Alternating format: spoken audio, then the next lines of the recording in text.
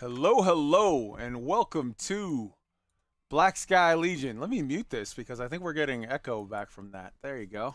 Hello, hello, and welcome to Black Sky Legion. I'm your host, Kai Zen, and we've got a hell of a show for you tonight. We're going to talk about the IAE recap.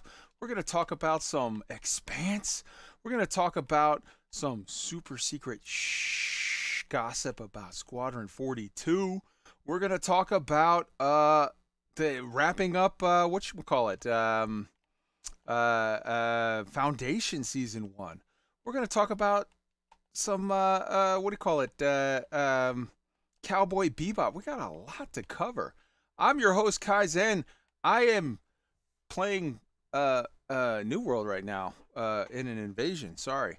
And I'm drinking some fruit juice, fruit punch, and Jack Daniels. So life is good. With me tonight, as always, we have Wolf. Say hello to the beautiful people, Wolf. Hello, beautiful people. Right on. I have made myself a pot of coffee, and I'm pouring 6 and 20's Carolina cream into it. And I'm also going to remind Kai to hit the B-roll button. Yes, I'm going to do that. Hold on, let me tab over while I'm in the invasion.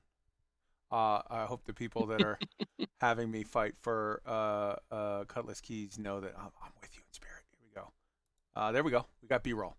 And also with us tonight, we've got my man Tweak74. Say hello to the beautiful people, Tweak.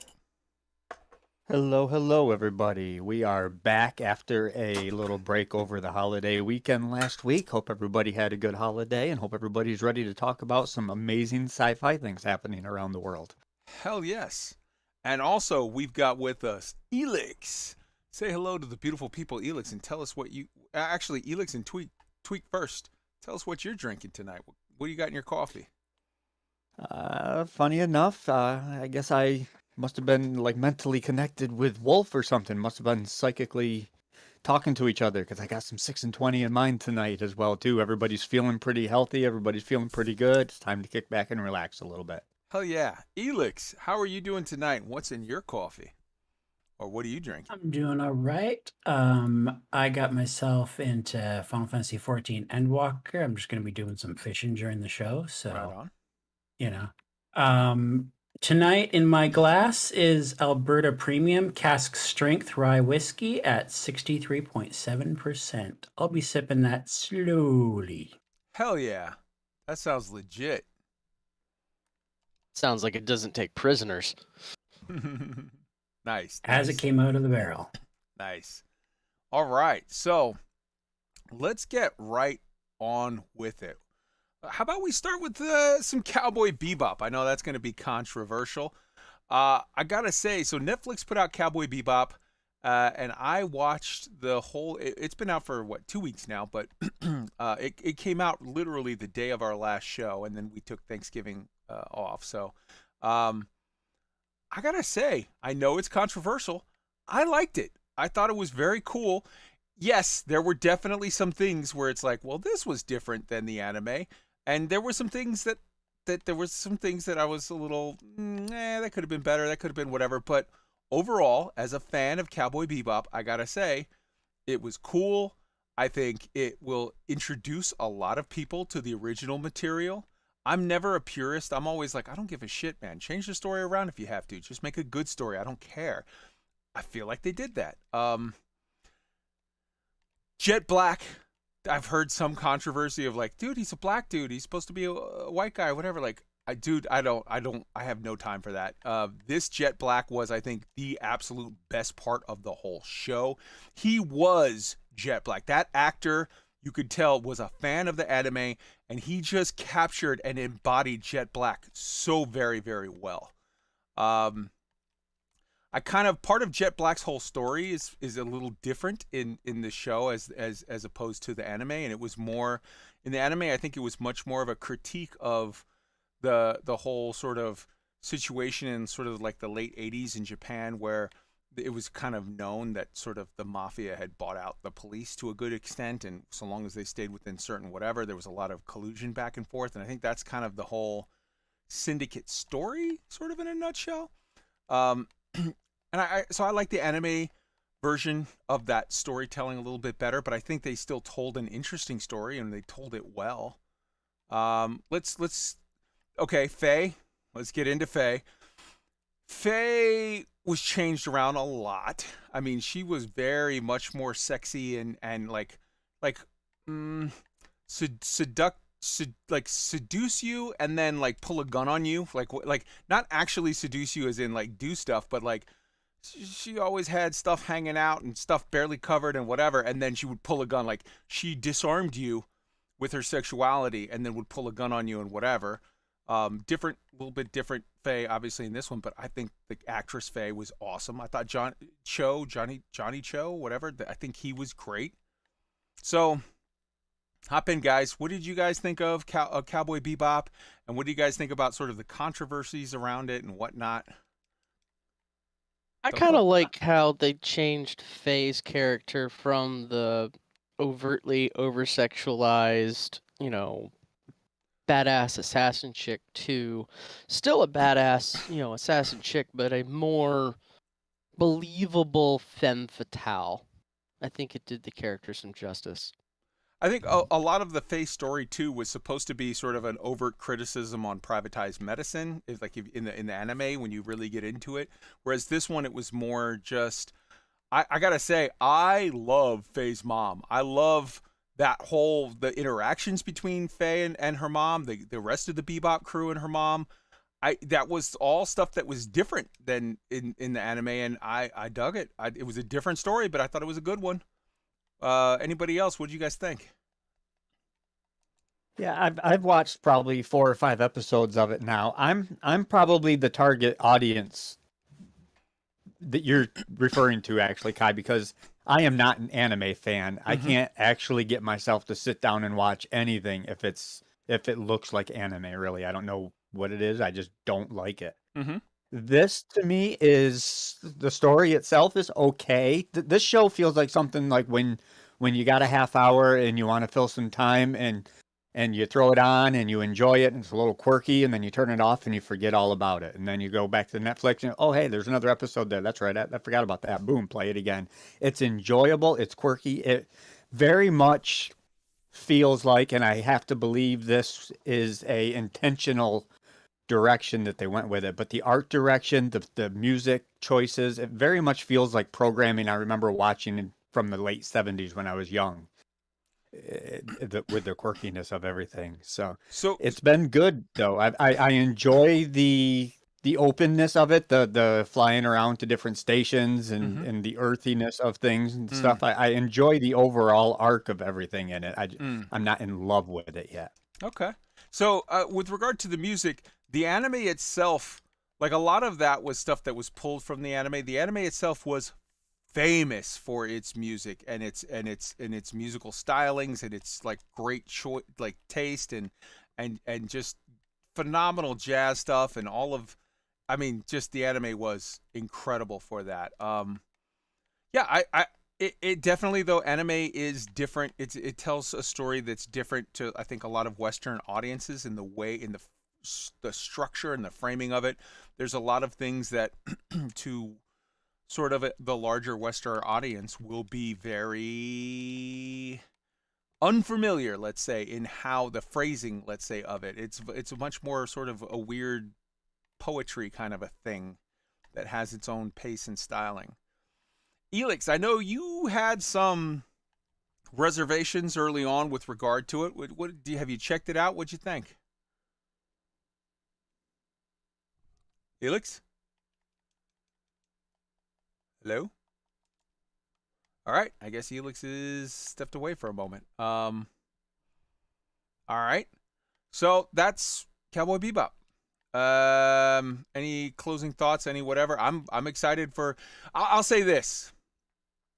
The thing that I liked the least about Cowboy Bebop, the live version, was anything at all to do with Vicious and Julia, their whole arc. Julia, I love the actress. I liked a lot of it, but I feel like they sort of took took a different sort of turn with the Julia character that I wasn't a huge fan of. And Vicious, I did not like the actor. I did not like the lines he was given. I did not like his storyline. I felt like the Vicious Julia stuff was the weakest of the whole thing. But the Bebop crew I loved.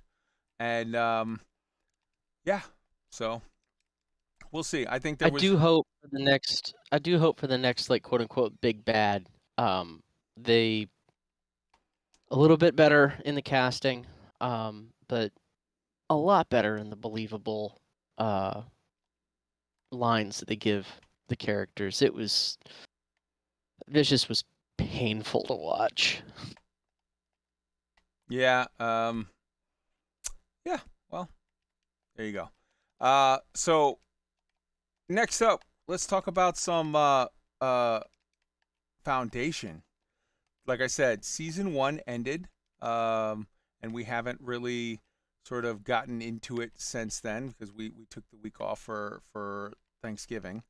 We're not doing spoilers because I don't know, man. It's been out by a month, but there's still people who haven't seen it, so we're not doing spoilers. But I again, coming back to the exact same thing I said about Bebop. It told a great story. It did not tell the story from Foundation Book 1. It told a very different story, but I thought it told a great story. I thought it told it well. And I'm a huge fan of the entire Foundation series. I've read the books. Stuff that they changed around. I mean, they hinted at some stuff like I think some of what they incorporated is stuff that comes from later books with the whole mule.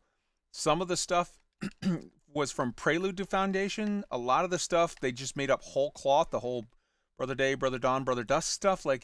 But they told a cool story. I don't care if it's a different story. It's a cool story, and I really, really liked it.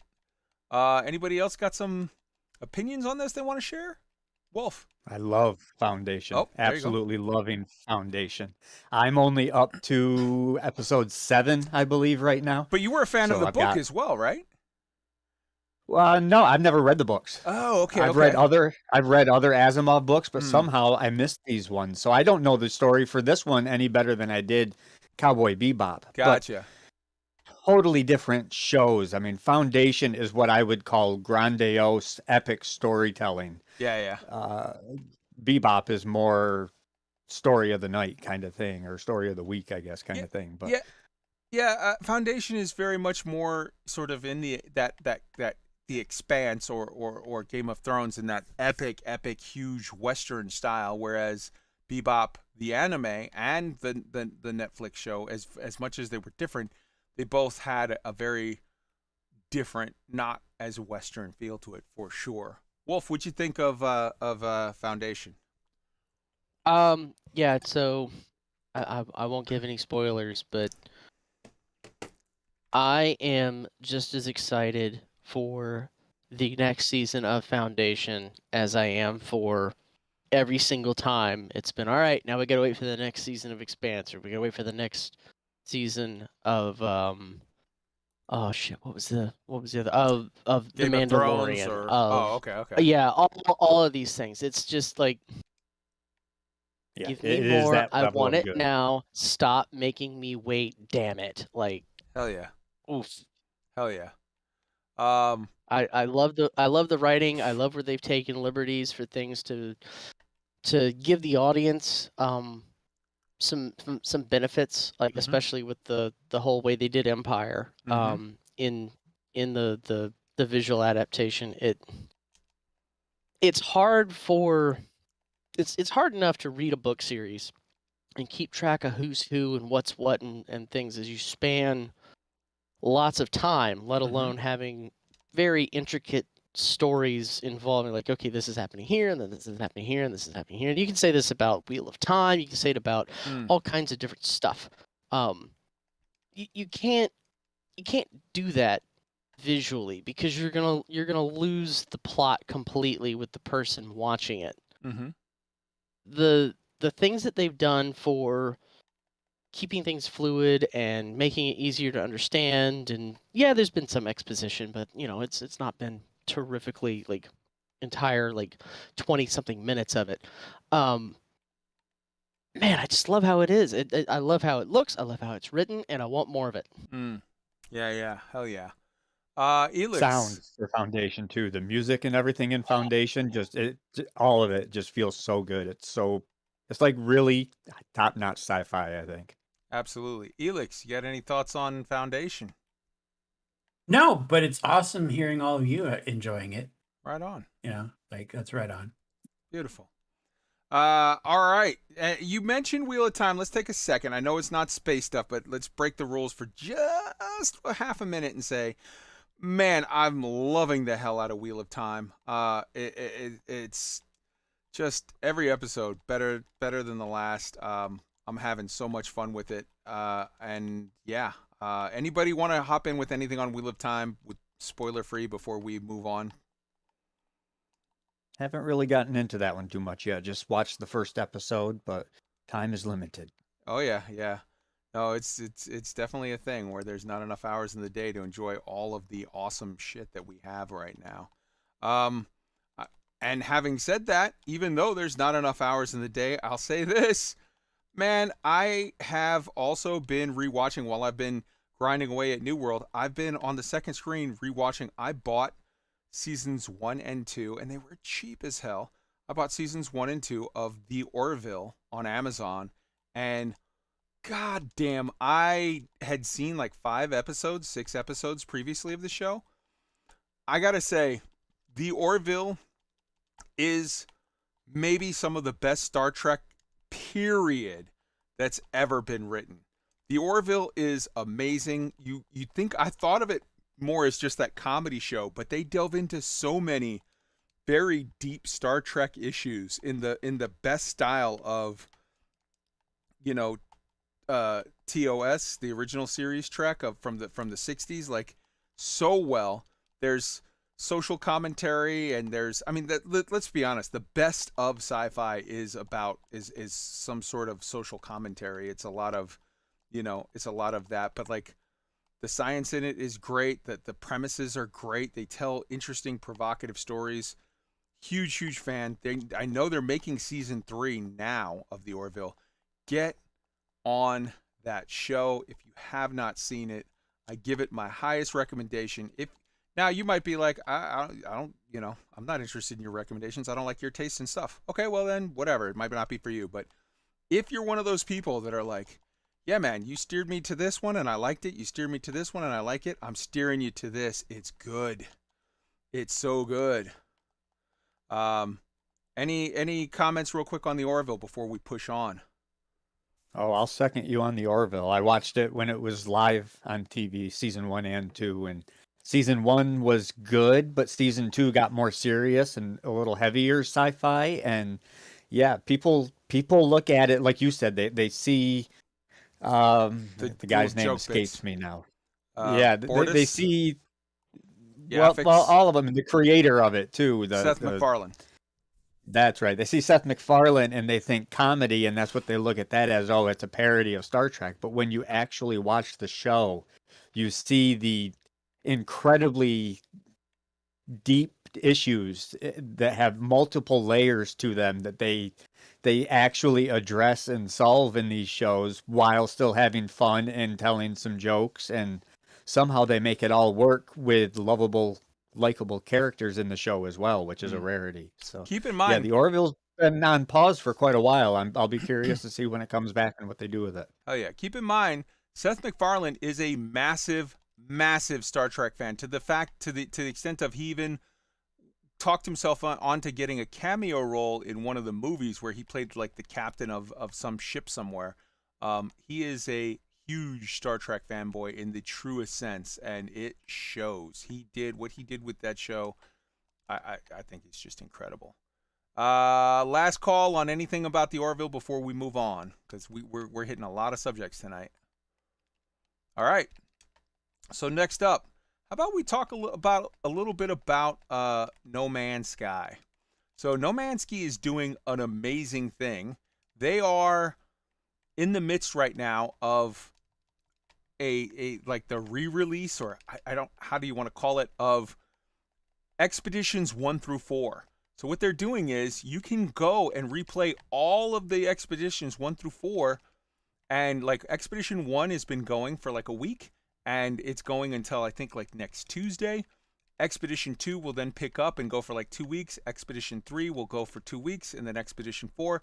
So they're doing all these expeditions between now and they're ending on January 15th, and speculation is very high that they're going to be announcing some big thing at the end of that. Like it's going, the purpose is it's going until, you know, they get to the end, and then they're going to be like, and now here's this. People are super psyched for it. I'm super psyched for it. Wolf, I already talked to you. I want to, like, maybe you said you're out tomorrow, maybe Sunday, and anyone else, Elix, you're welcome. Tweaked, you're welcome. Everybody's welcome. Even from the Discord, come in and join us. Maybe we'll do it Sunday morning. We'll get together and run the expedition. Like, do it nonstop. They said they did this. They somehow shortened the expedition a little bit. They made it like, oh, it's going to be a little more bite-sized, a little more easier, more streamlined, or whatever. Who's got comments on this or is interested in joining us? Hop in, guys. What do you guys think about all this stuff? Isn't it really cool what Nomansky's doing? Yeah, I love that. I started the first time I dove into No Man's Sky. It was after the first and maybe even the second expedition that already happened. So in my mind, I had missed that. So very cool of them to go back and put them in there and say, here you go. You guys can go do it if you want. Hell yeah. I like the puzzle solving aspect of the expedition that you and I did last, Kai. And after that one, I kind of felt like it sort of missed out a little bit on the 1 through 4. So yeah, I'm pretty happy about it. Definitely got to find the time to do it, but I do want to do it because like playing the game regular and doing the storyline, it's an amazing storyline. It's fun to go to different planets and, you know, find a plant that looks like, you know, whatever, or, you know, the eyeball creatures and things like that. But at its core, it's a sandbox game, so it's you make it what you want. I like having a more scripted thing to do, even if it is just for ha-has, like the expeditions, you know, typically are, because, you know, it makes you think, but it lets you see neat stuff, do stuff in different ways, and you learn more about the game. And I props to them for, like, you know what, everybody can do them again. Go, like, Hell yeah. 2 thumbs up. Hell yeah. And I think it's really awesome that they're bringing the content back. Oh, sorry. Go ahead, Kai. No. Please, go. Yeah.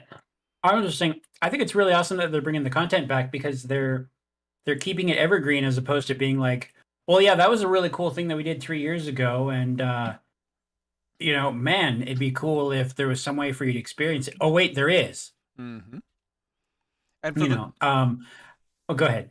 For those people out there that are like, man, I wish I could have had the what is it, the NSX-1 or what, the what's the show from the Normandy. ship from the Normandy from whatchamacallit, Mass Effect. And it's like, oh yeah, here, you can get it. It was limited time, you missed it, but here, have it now. Like, it's just everything with Nomansky. They're always just like, what's this? This part sucks? Okay, we'll get around that for you. No problem. Like, they're the best. Like, the game itself is just customer service done right. Especially if you don't want to run mods. Yeah, true. Very true. In the long run, I think what I'd like to see them do is have it as just a menu on the title screen where it's just like player single player content, essentially. I mean, it's not that it's single player, but it's basically like the player single player content, you know, player storylines, and then play the sandbox. Well, to me, but this is their first run. But go ahead.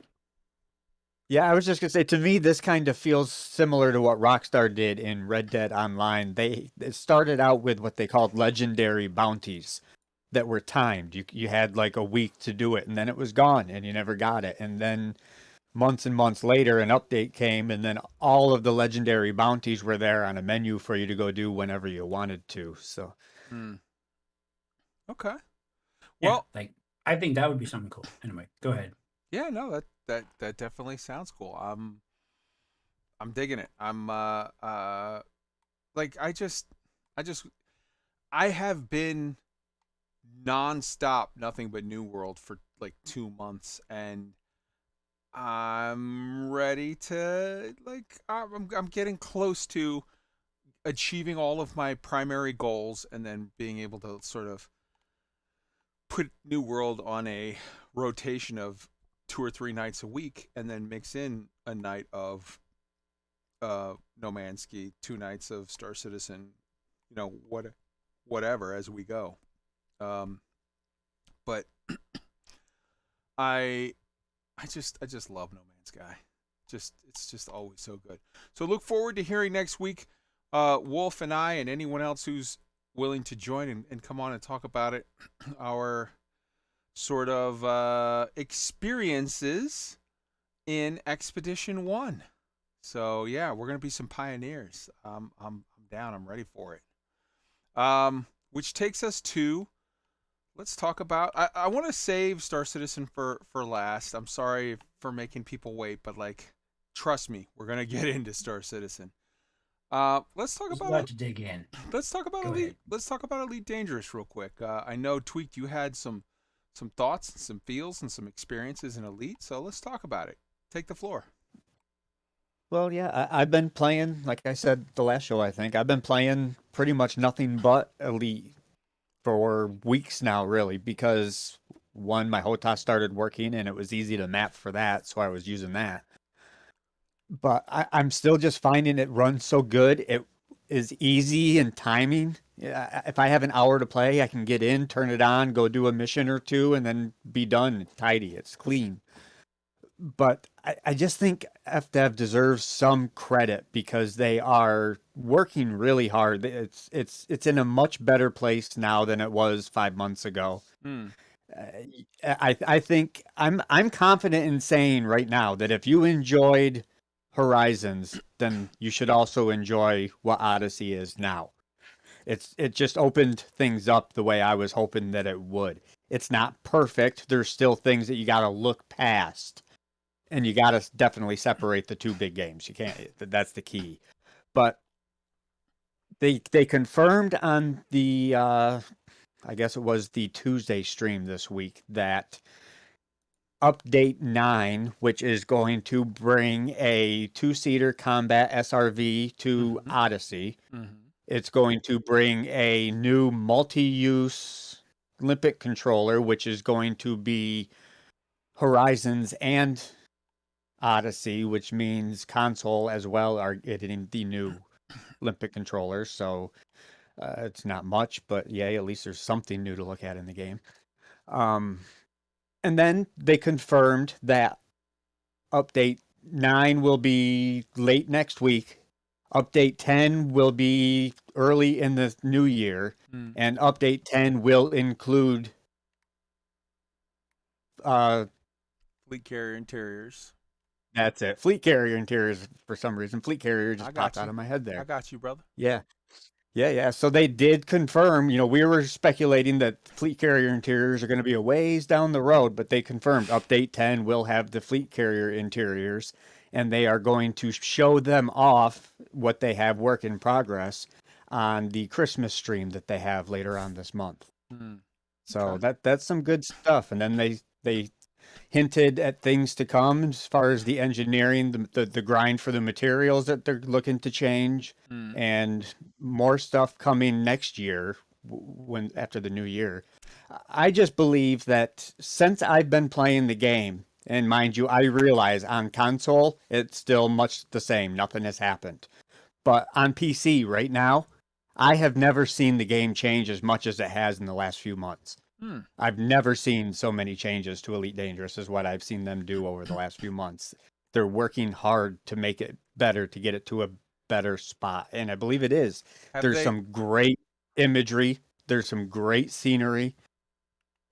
Go ahead, Kai. have they said or done anything that gives you any information at all that would indicate that they intend to sort of honor their promise of getting Odyssey out for consoles? Because I know there's a lot of stuff that was sort of waiting, like, oh yeah, we're gonna do this or that or the other, but we gotta get Odyssey out on consoles, and like, I haven't seen if they're any closer to doing that. Have you? Is there something that I've missed? No, not at all. They have said nothing. Their official line on consoles is still indefinitely on hold while they update and improve Odyssey on Optimize. PC. Yeah. Optimize, yes. Okay. Yes, which I contend it's at a point now where it's I would say it's working pretty well right now that they could actually start working on that. But again, I don't know. I contend that they're having some inner debates about what they can and cannot do in that regard right now, and I think they're afraid to admit to themselves or us what that is. Well, they're also at a point where, let's be honest, if they have not already, for all I know, they've already done it. But if not, they are going to have to soon start stripping people off of this expanded team that they've had trying to fix Odyssey and putting them onto the roles that they need to get, because they have a massive Formula One game that they have the license for that's coming out soon this year. I don't necessarily subscribe to they're going to have to get rid of devs and put them on other projects, because they're a big company. They've got plenty of employees to work on these things, and really, I mean, you see what Hello Games does with No Man's Sky and how many subsequent updates with mega content that they put in there. It could be done. I mean, just could. It could. I've done. seen Hello Sky has always been can do, and Elite Dangerous Frontier Developments have been always, as far as I've seen, the opposite. Yes. the exact opposite. So I'm not gonna compare. Yes. That's like talking about what Army can do versus Marines. You could put a dozen Marines on a project that 100 Army guys couldn't get done, and it gets done. I don't. Yeah. Whatever. I mean, but don't get me wrong. I'm not trusting. I still don't trust FDev, and I still don't like how they handled everything.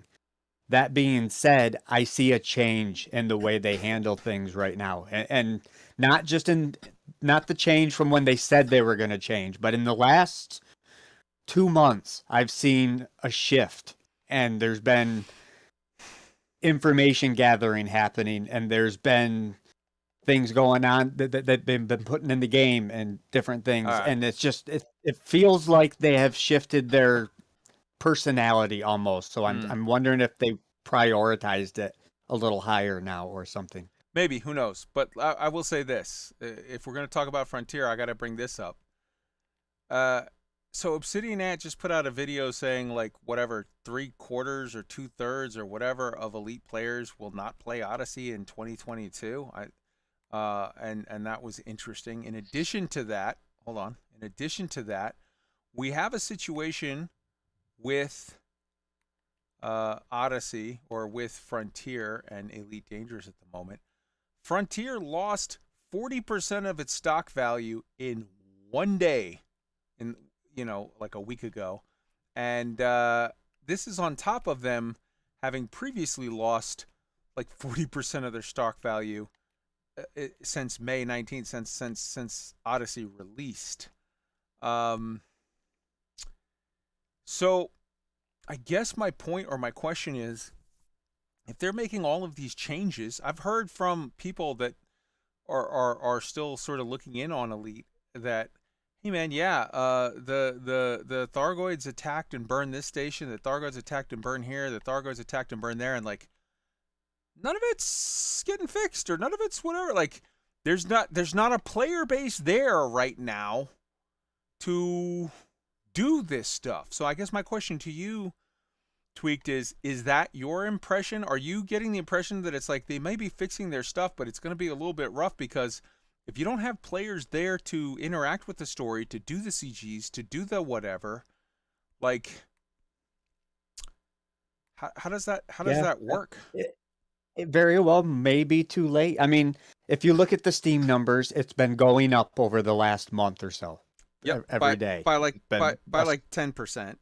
But yeah, it's a slight tick, but going up instead of going down, which is a trend. So they're up to, we checked the Steam charts this morning, and they were like at I think around 5,000 or maybe slightly below that in the last 24-hour peak. Like that number is higher than the 2,000 that it was at, 2-3 months ago, but it's still well below where it was at previously before Odyssey dropped. Yeah. Yep. And like I say, Odyssey is not perfect. The gunplay isn't spectacular. It's not going to be Call of Duty, but I contend that the NPCs have the same bad gunplay that I do.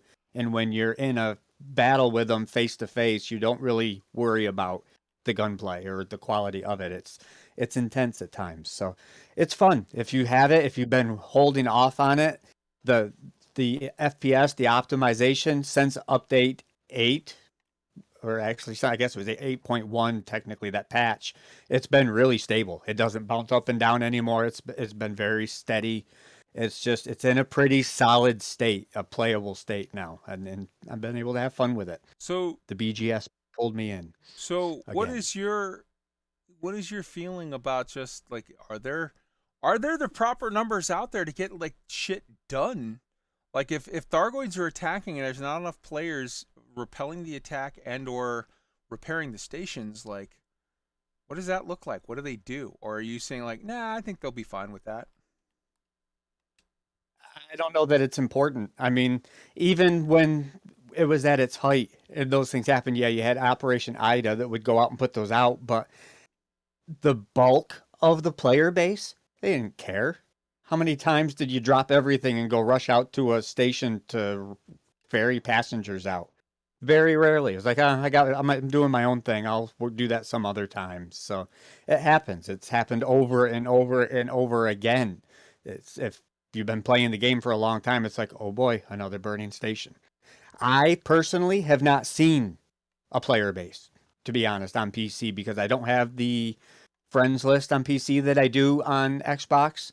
What's it like on Opic Xbox? Space, Xbox, people are playing on Xbox. Opix has some members that have been playing. Okay. I've seen Project 675 or from 6 and 20 there. I see him online. So there's definitely some people playing again. There's on Xbox until there's a legit competitor, there's nothing that's going to beat it for somebody that has the itch to actually fly a spaceship. There's just nothing to compare to Elite Dangerous available on console right now. Yikes. Okay. And let me ask real quick, and we're gonna get into some more stuff on the CIG side, on the Star Citizen side. But let me ask. I mean, it seems to me that CIG took a little dig there, and they released a big ship that's pretty awesome this week, and they called it the Odyssey. Is there and I had the feeling like, well, hey, we got something called Odyssey this year as space fans that didn't suck. Did you think that was a dig? What do you guys, all of you, not Kinda just has to be, right? not Kind all, of has to be a dig, doesn't it? but well, like, well, we had the artwork itself from the Asp Explorer become the Nomad, with a little bit of stylization. So And an I'd say interior. that the precedent is definitely there. Was it a dig? Maybe. Could it be tongue in cheek? Maybe a little bit more. I mean, we are talking about different types of humor here, so maybe they weren't trying to rag on him so much as to little friendly poke, just little, be like, little something. we'll just give you a little pokey poke here. It's like, hey, you're still there. We're still here. All right. Let's keep going, kind of All right. deal. I gotta give a shout out Give to the benefit. I flipping a switch in the chat. He's like, "Hey, Army will get it done. It'll just cost 10 times more." Yeah, you're right there. You're right on all counts. Love the Army. I'm just fucking with you. All right.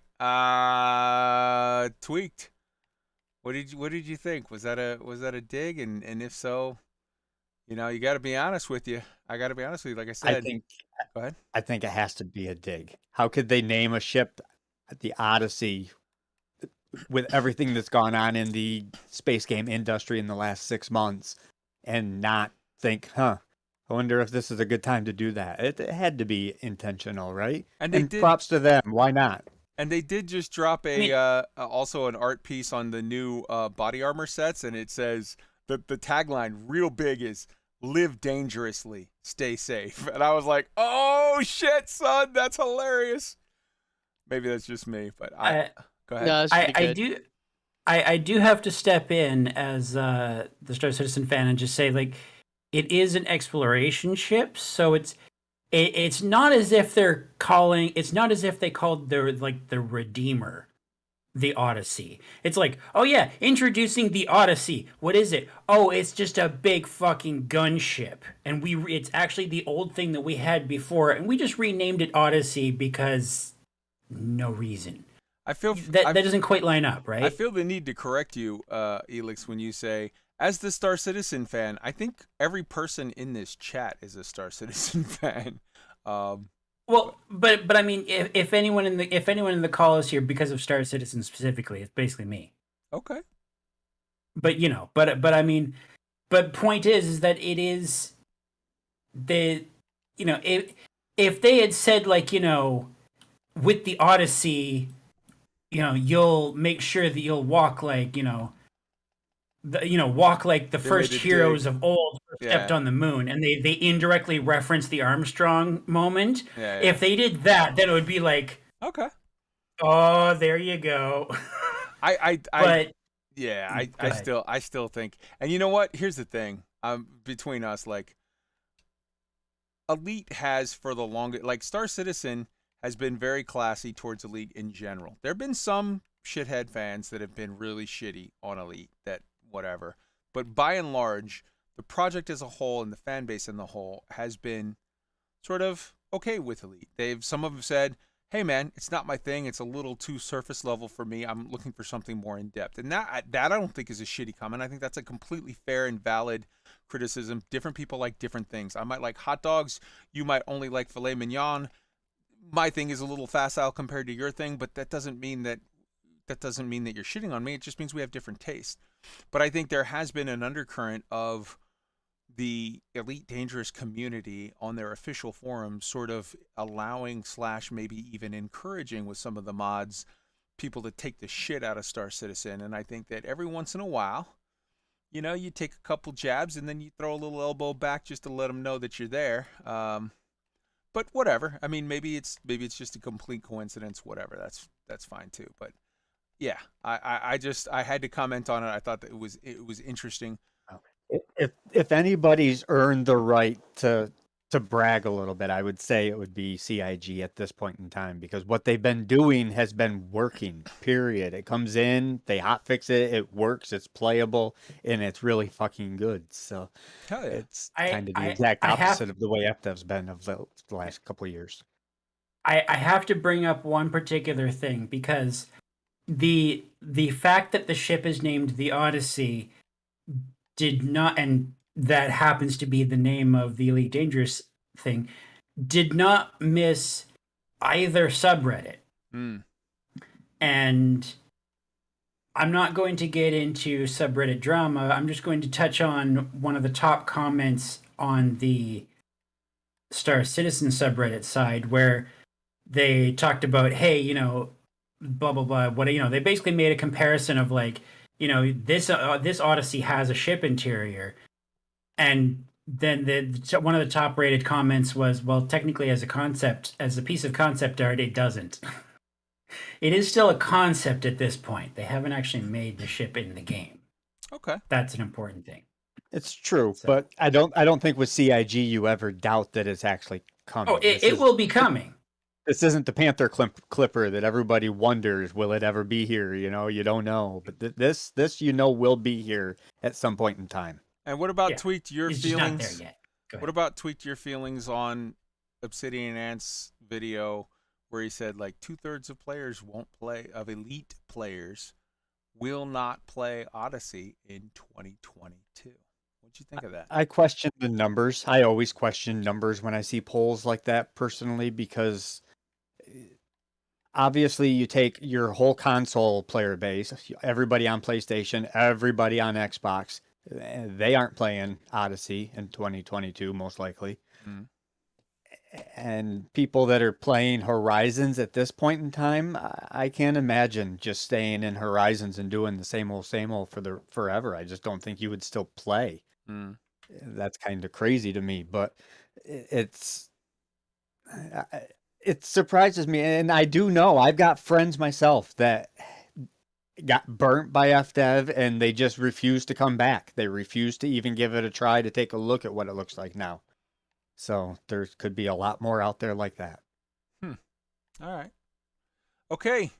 Do you have anything else, Tweak, that you want to add on to, or does anyone else have anything on Elite Dangerous before we move on to Star Citizen?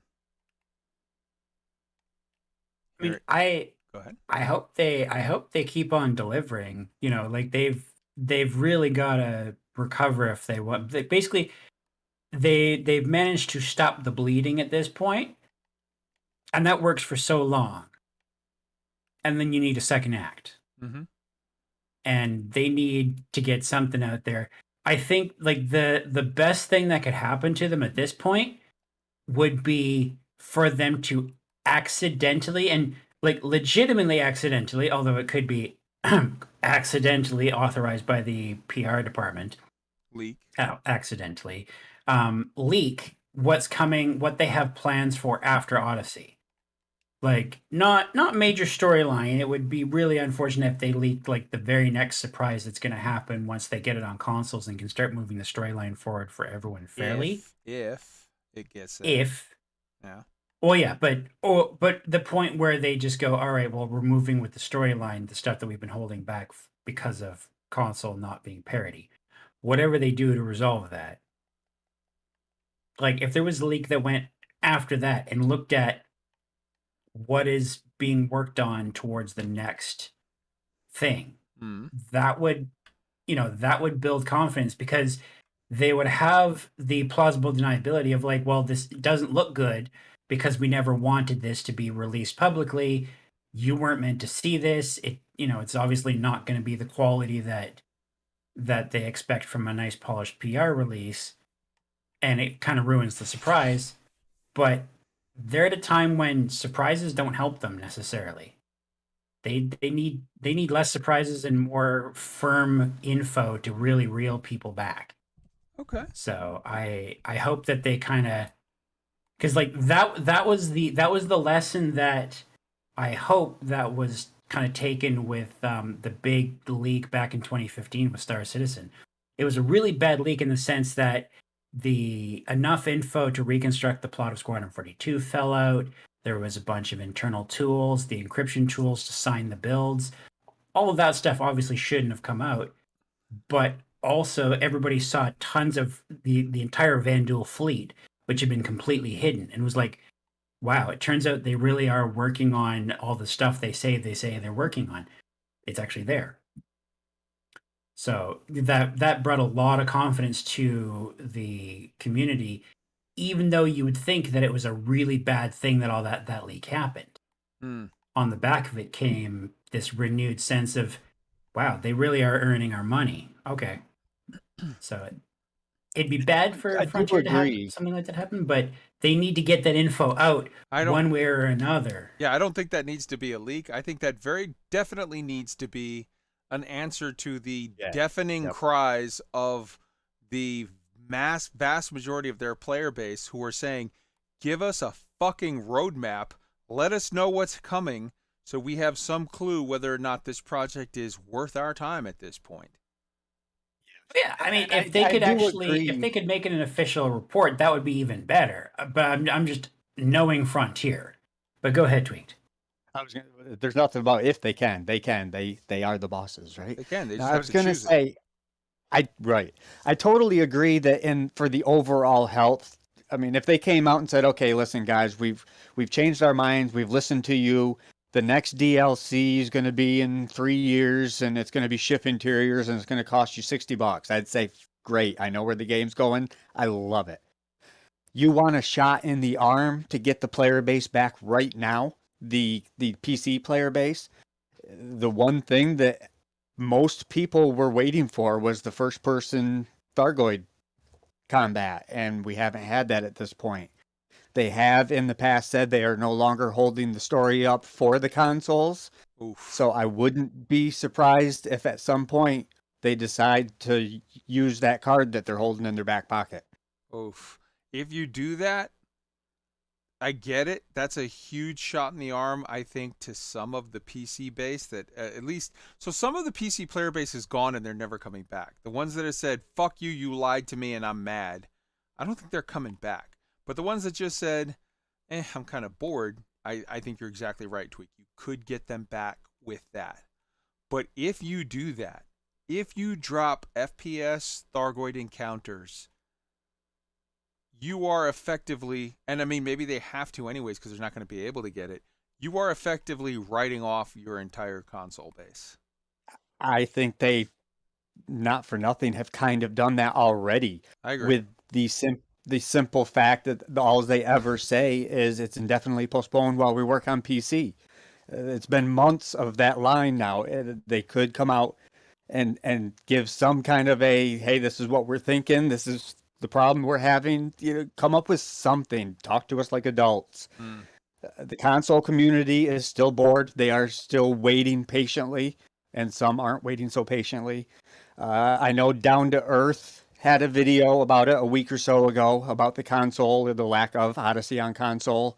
And in one of Obsidian Ant's most recent videos, he made a comment that he was probably going to be putting a video out about it as well sometime soon. So I think the momentum is building. Something is going to come to a head at some point. We just need information, period. When you say the momentum is building, please clarify that. Momentum is building in Elite? In the community. And with the people in the Discords, with the content creators starting to bring attention to the lack of console progress, that momentum is building. Nothing with FDev doing anything. Gotcha. Now I understand. You're But saying, I believe that kind of momentum will force FDev's hand into some kind of action one way or another. yeah, they're gonna have to make a statement on it sooner or later. At this point, like it's the whole "we'll get back to you." Like that is not. We've been on hold with customer service with the little music playing for like day 2 now. It's like, okay, this is ridiculous. You need to say something. And when they say something, it needs to be definitive. It doesn't need to be, oh, we're trying, wishy-washy, non-committed. Like, no, it's we're trying, we're having X issues, or like, we're having these types of issues, or be straight up. It's like, yeah, we can't make this work on that hardware. Sorry. Right. Flat out come out and say, okay, we can't get it on the Xbox One and the PS4, but we can on the Series X and the PS5. I think your community would be okay with that. I think they would say, okay, fine. I still can't get one, but at least I know when I do, I'll be good to go. If they can't, if they can't get it there, they need to tell people so that those people that are intending to continue on with Elite Dangerous, they need to start planning on a way to get a PC, because if it's not coming to console at all and people want to keep playing this game, then instead of upgrading from your Xbox X from 5 years ago to a Series X now, they're going to want to go to a PC so that they can get these options. Yeah. And Tweet, you can probably speak to this a little better than I can. My console experience is not that great, but one game that I really liked playing on PlayStation was the Gran Turismo series, and I would get the game, play the hell out of it. It's like, okay, next game, next console, next game, next console. So I kind of got used to the whole, as the bigger, better, badder games come out, I know I need to upgrade my hardware. What's kind of the going sentiment with, if they come out and say, look, it won't run on the old, but it will run on the new. What's the thought and feeling on that you have from your fellow console brethren? As to how they would take it, a lot of people would be upset. But again, I believe that they would know at least they can get a Series X and they'd be able to play Odyssey at that point in time. It's better than it's just flat out not coming to consoles, period. So all that work you did on your Xbox is now wasting away, and go spend thousands of dollars on a PC if you want to play this expansion. Mm. They need to tell people one way or another so people can start actually making life plans. Probably should have done that already with Christmas coming and all that kind of stuff, really, so people knew what they wanted to try to do. I mean, I The kind of only feel other like the problem with that, the problem with them saying, "Hey, we're cutting bait. We're not doing it on the old consoles. It's only the new ones," is that they repeatedly said, "No, we are good at this, man. We are the optimizing gods, and we're gonna make this run on the old stuff, no problem." And so like in order for them to come back now and change that, they have to just sort of say, "All right, well, we lied, but like." Yeah, they lied about 50 other things, and we all called them Right, on a it. lot of Now things. we all called them Yep. on it to their face. So at this point, like it's not really that big a deal that they lied about this other thing. It's like once you find out that Santa Claus isn't real, you're not really going to be fucking heartbroken over the Easter Bunny. It is what it is. Right. I mean, nobody on console complained when Microsoft Flight Simulator said, we're coming out on the Series X, but there's no way we can do it on the Xbox One. Everybody said, that makes sense. That's a tough game. We can't get that on the Xbox One because it's old. Nobody complained about that. There's Medium is another one. There's a multitude of games that are Series X only. Now on console, you guys probably aren't aware, there's a current trend where in the sports genre, for example, the current versions of Madden 22 or NBA 2K22, the current gen, so the Series X or the PS5 versions of those games have features on them that you cannot get on last gen or even on PC. Interesting. So it still leaves people wanting to upgrade to these different consoles and whatnot. But FDev just has to finally come out and tell us what they can and can't do. I think the console community would understand.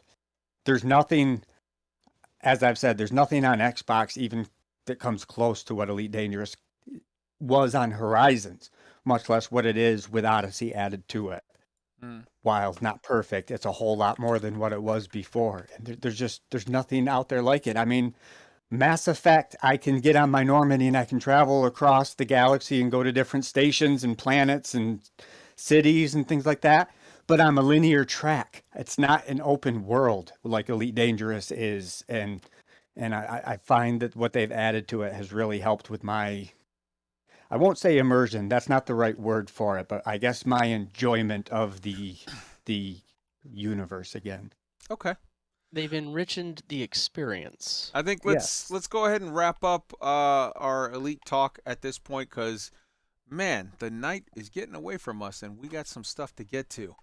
That takes us to Star Citizen. Now, oh boy, there's a lot to talk about. Why don't we start off with IAE? I thought it was great.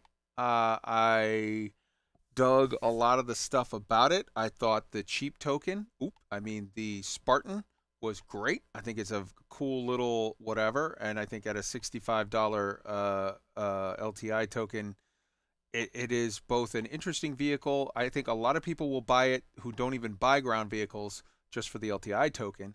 But I think that later, as the game progresses and it becomes a thing, I think it's a neat little vehicle that will have a place in the universe of Star Citizen. Anybody got any thoughts or feels on the Spartan? Hop in. Yeah, I saw a video yesterday of the Spartan. It was taking out a ground turret at a bunker mission or something like that, and it seemed to be doing a good job at it. So I think there's already uses for it in there. Mm-hmm. ELIX? Oh yeah. I think, well, the Spartan is just basically another piece of evidence that SIG really is going to go hard and big on the ground game. Like everything's fitting together. The land claims in the Pioneer, the Basilisk, the jet, the space bikes, the tank, everything's coming in the ground game. And so we've just got an APC to fit, puzzle piece to fit in. I think I've been waiting for this, and it really looks like it's actually going in the direction that I was hoping for, which is basically Space Arma.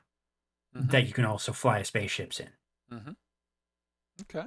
So I mean, I'm just all for it. I'm not personally going to buy one because I'm likely to be the grunt in the back with the gun, not the dude worrying about bringing this thing intact back to the equipment sarge. But you know, I think a lot of people. it's. Go ahead. No. Please finish. I was just saying, I'm going to be the one in the back, but this thing still needs to exist for me to do that. So that's awesome. I think a lot You of know. people are going to be buying up. Like, so me personally, in general, I don't have any interest in buying ground vehicles. Like, if you're going to buy a ship, okay, but ground vehicles to me are like, go and get it in game, nice and cheap, whatever. I think this one, though, they were very crafty. I think they know that a lot of people don't buy ground vehicles, and they were like, LTI token, $65. It's cheaper than the last one. So I Can you think. explain what that is? So basically, a lot of people, LTI means lifetime insurance. A lot of people will buy a ship that's for cheap that has LTI. Not every ship has LTI. Some ships have LTI. Some ships have, 10-year insurance. Some ships have, whatever, different terms. So what you do, what an LTI token means is you take a ship that's fairly cheap, or in this case, a little ground jobby, a little APC. You buy it, and now you have that ship or little buggy with lifetime insurance on it. You then melt that ship. You get rid of it by upgrading. You don't to exactly melt it. Yeah, whatever. Okay. I always use the Go wrong ahead. terminology, but you melt it. My words, not the official words. By upgrading from it to a bigger ship that you wanted to buy that does not have LTI available. So let's say, I'm just going to pick a ship. I have no clue what does or doesn't. Let's say you want to buy an 890 Jump. And let's say, and this is just, I don't know its insurance, whatever, so nobody fucking write in. I'm just using it for an example. Let's say you want to buy an 890 Jump, but it doesn't come with LTI. You can only get it with fucking, whatever, a couple months of insurance, and you're like, ooh, I definitely want to have this long-term insured. So the LTI, just to be clear, means you have the ship is free insurance. You can get it back, right, for lifetime. Like, so it blows up, you get it back. Now, that doesn't cover the modules on it. That doesn't cover any of the gear or equipment on it. And we don't know the full details yet on what are the, because I mean, it's not, I don't think, ever going to be, and I don't think anyone believes it's going to be, that LTI means my ship blew up, I click a button, I instantly get my ship back. There's going to be some, oh, you need to wait this much time for the insurance to process. You have to pay, X amount of dollars for all of your modules. You have to, like, there's going to be some rigmarole involved, but technically, you have a guarantee from CIG you'll always be able to get the ship back at some point because you have lifetime insurance. So I buy the little buggy for $65, the Spartan. I melt it, whatever, upgrade it, however, whatever terminology is correct. I use that to now jump up to where I get rid of that. I no longer have the buggy, but I took that and upgraded it to my 890 Jump. Now, my 890 Jump that didn't have LTI native on it, it takes that LTI from the token, from the thing that I upgraded from. So now I end up with, at the end of this whole scheme, an 890 Jump that has LTI. Did that explain it well enough for you, Wolf? Okay, so it's a way of getting insurance onto a bigger ship that doesn't have insurance. It sounds like a way of kind of cheesing it, but it also it's speculation because you don't know exactly what the total cost is, quote unquote. Oh, you do. You know exactly what the cost is. Well, I mean, we don't know what the total cost to replace a ship and whatnot are going to be later. True, that's true. When everything's put in, it seems. I'm not interested in it because like I paid the 45. I have the starter ship. Whatever things I get in game will be because of my time Mhm. in game. Mhm. Um, And that's valid. I, I understand the reasoning behind it, but I can also see why that's going to fuel some of the hatred of the current business model. model. Oh, of Yeah. course. I think there is So a okay, I'm glad to know what it is, but summarily disinterested. I think there So, is a it very is what it is. valid there's a very valid claim that you could make that some of CIG's business practices with regard to the whole insurance thing are maybe a little predatory, or at least could be seen as a little predatory by some people, in that they are, I think they have left this whole, so you say, oh, it seems like you can cheese it. Yeah, you can, but these guys are crafty. They haven't raised over $500 million by being dumb. Like, they know that they're leaving this whole melting CCU upgrade, this, that, the CCU game, the pledge, the this, the that, the war bond versus the fucking the, they have this whole system in place, and all of it is designed along with these very crafty sort of decisions on how much shit costs, and IAE sales and limited time buys and this, that, and the, all of this shit is all predicated upon, like, how can we maximize our income revenue? How can we, milk all of the money from our player base? And there's nothing wrong with that. That's not an evil thing. That's Hollywood is doing the same thing. Fucking Madison Avenue with all of its advertising. Everybody's doing it. They're just better at it than a lot of other people. And people that want to get sort of salty and whatever about it, it's like, yeah, you're just mad that you're not as good at doing it as they are.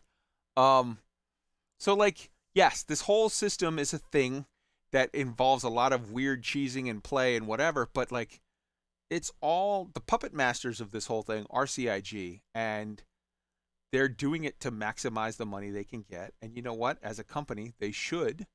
And in the end, like, hopefully all that money is being well and responsibly spent on making the project great. So, like, I'm okay with it, but don't for a minute think like, oh, we're getting one over on them by doing whatever. Like, no, they're crafty guys. They know what they're doing.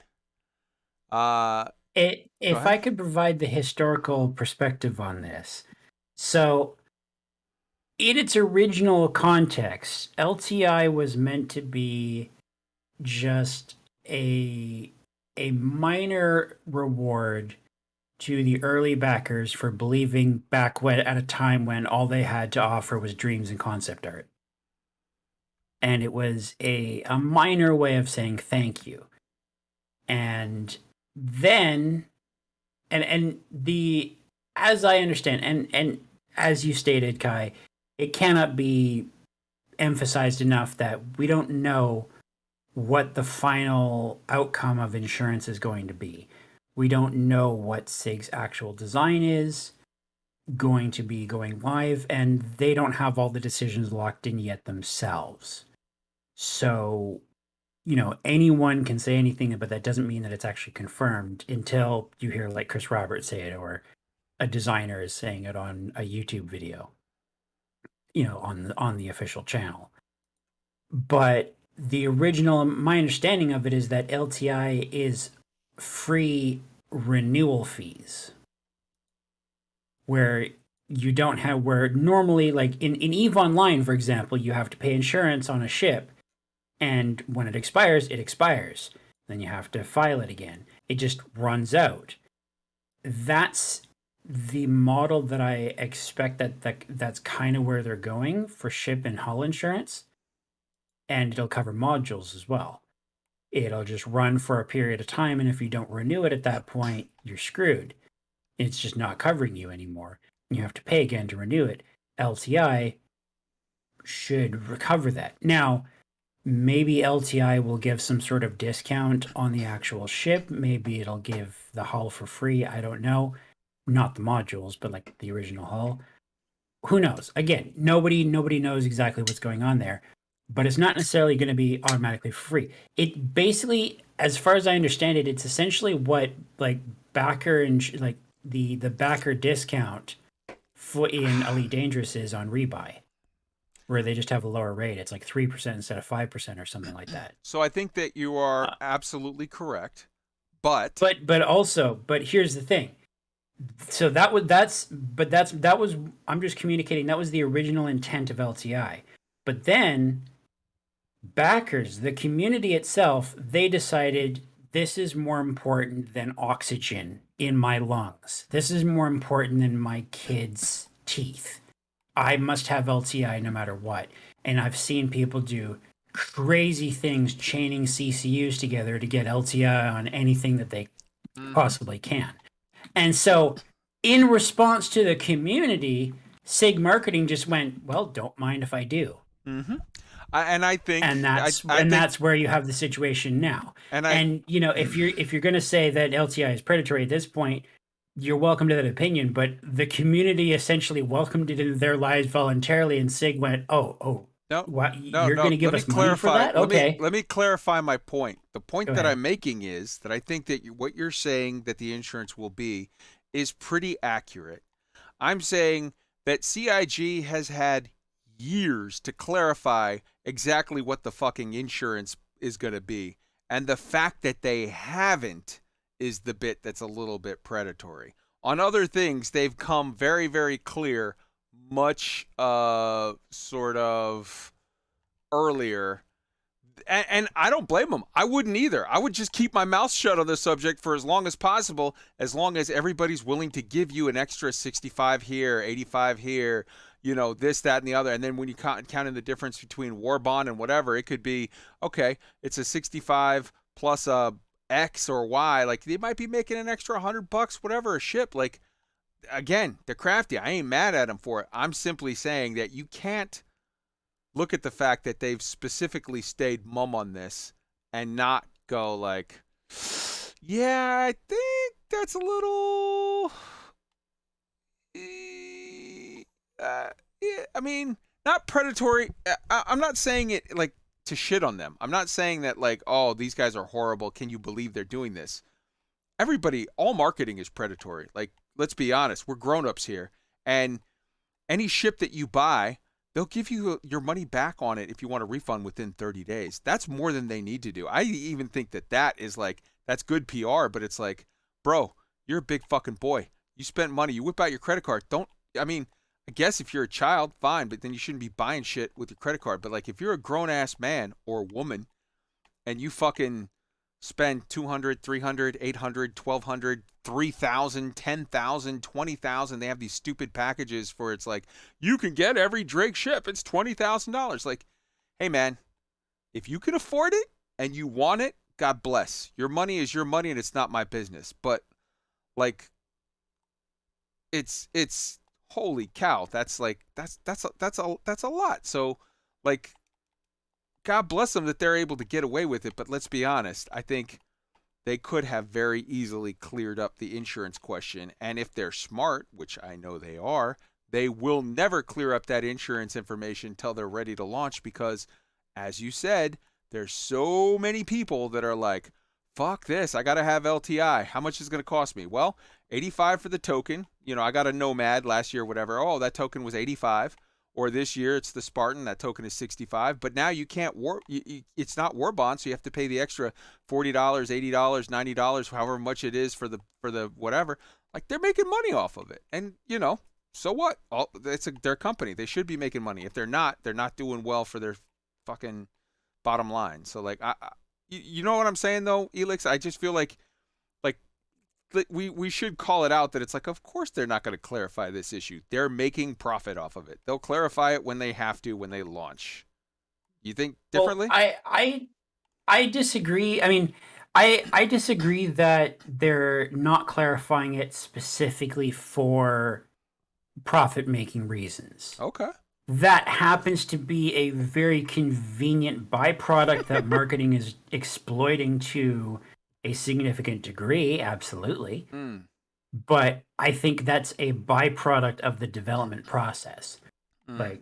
Like that's like saying that like Star Citizen exists to sell ships. Well, no, it's a space game, and they create ships, and as a byproduct, they realize they can sell them for money, and that's how they fund the project. Yeah. It's working in that way. It's not they just Chris Roberts said I want to fund my next yacht, and I'm going to sell ships, and then I'm going to create this notion of a space game to go with the ships. It's backwards. The insurance thing, they need to clarify that on they need to clarify what it is, but I don't think they're going to actually have all of the decisions locked down until they can lock the economy design in.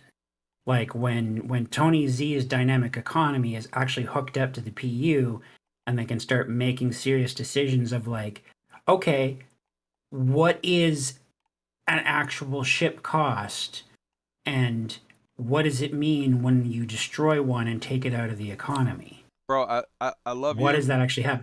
But I'm just saying, like that info they don't have. They're not going to have all of those decisions made until they're actually putting the work in. They could work on it a lot sooner, but then they change their mind at any point in time, and now people are mad. I love you, but I 100% disagree with you. I think that the guy that comes into your office and says, hey, we figured out the economy, and now we know what to do with the insurance, and we can go ahead and make that public, you fire that guy immediately. Because the longer you keep your mouth shut on it, the more money you make. And the more money you make, the greater chance you have of making a viable product. And I want the viable product in the end, so I'm okay with it. But different strokes for different folks. Everybody will have their own opinions. You're a smart guy. You're at least as smart as me, probably a good bit smarter. So who knows? Maybe you're right. But I think that it's also very much the case that you say they're not in the business of selling ships. They're in the business of making a game. Technically, they're in the business of making a profit. And the way they make the profit is to make the game. I think it's a subtle but a real distinction that has to be kept in mind at all times when you're talking about a business. When you're talking about, I don't care, hey man, we're in the business of making a movie. Yeah, no. You're in the business of making money, and the way you're doing it is making a movie or making a television show or making a game. And in the end, all of the obfuscation or unclearness or multiple different ways that different people can interpret the entire insurance issue in Star Citizen has done nothing but make more money for CIG. So clarifying that any second before you have to, I think, is a bad business choice. But whatever, we'll see how it plays out. So that was they are going to have to. They're going to at launch. They're not going to do it. Well, no, I mean they're like it's going to be at beta essentially, and I imagine that they're going to be clarifying that very soon before then, but that's going to be around the time that they're shutting off the pledge store anyway. Okay. But it's like because they're not going to. I mean I would like to think that in late alpha, like whenever beta turns out to be, whenever that date actually is, like the patch before 3 months before, we suddenly 3 or 6 months or even maybe 9 months before, we get a patch that is quote unquote real insurance, and it's still fake insurance because it's still during the alpha.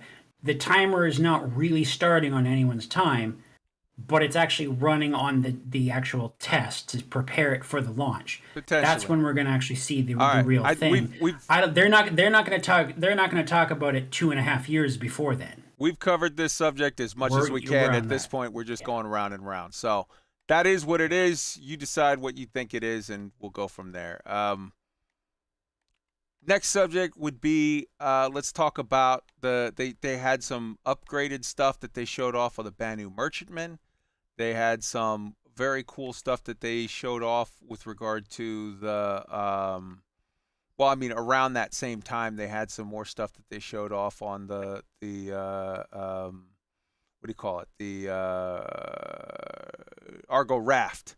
And the raft, interestingly enough, I've seen some people in the community that say like, what's the point of the raft? This thing is, It's a small cargo ship. Yeah, it looks cool, but we have already other small cargo ships. We have this, we have that.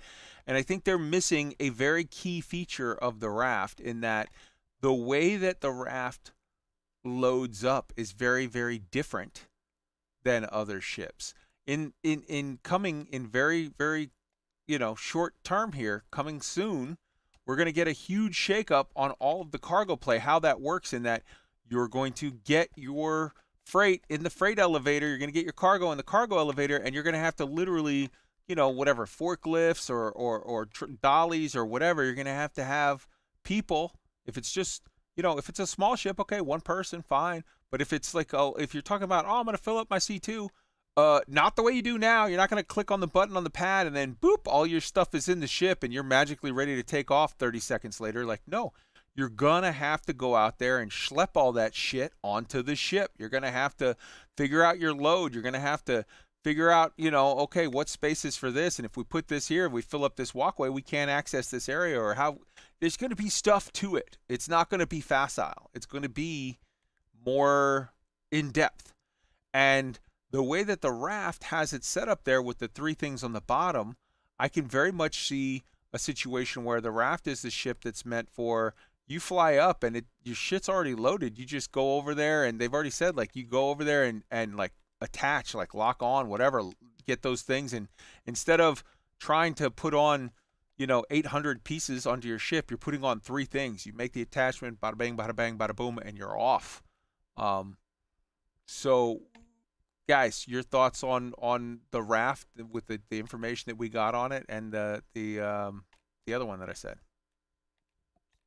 Yeah, like it's it's testing the cargo refactor, and it's also going to be really quick to load because it's just slap that thing on the belly and go. You don't have to load up individual boxes. You just grab the entire cargo thing and off you go. So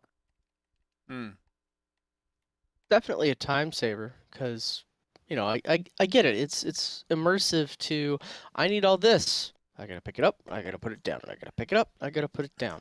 I'm kind of surprised that they did it the way that they're going and not making it so that you could throw a couple of shekels towards a ground crew to that will be an help option. you out. That will be an option for sure, I think, down the line. Yeah.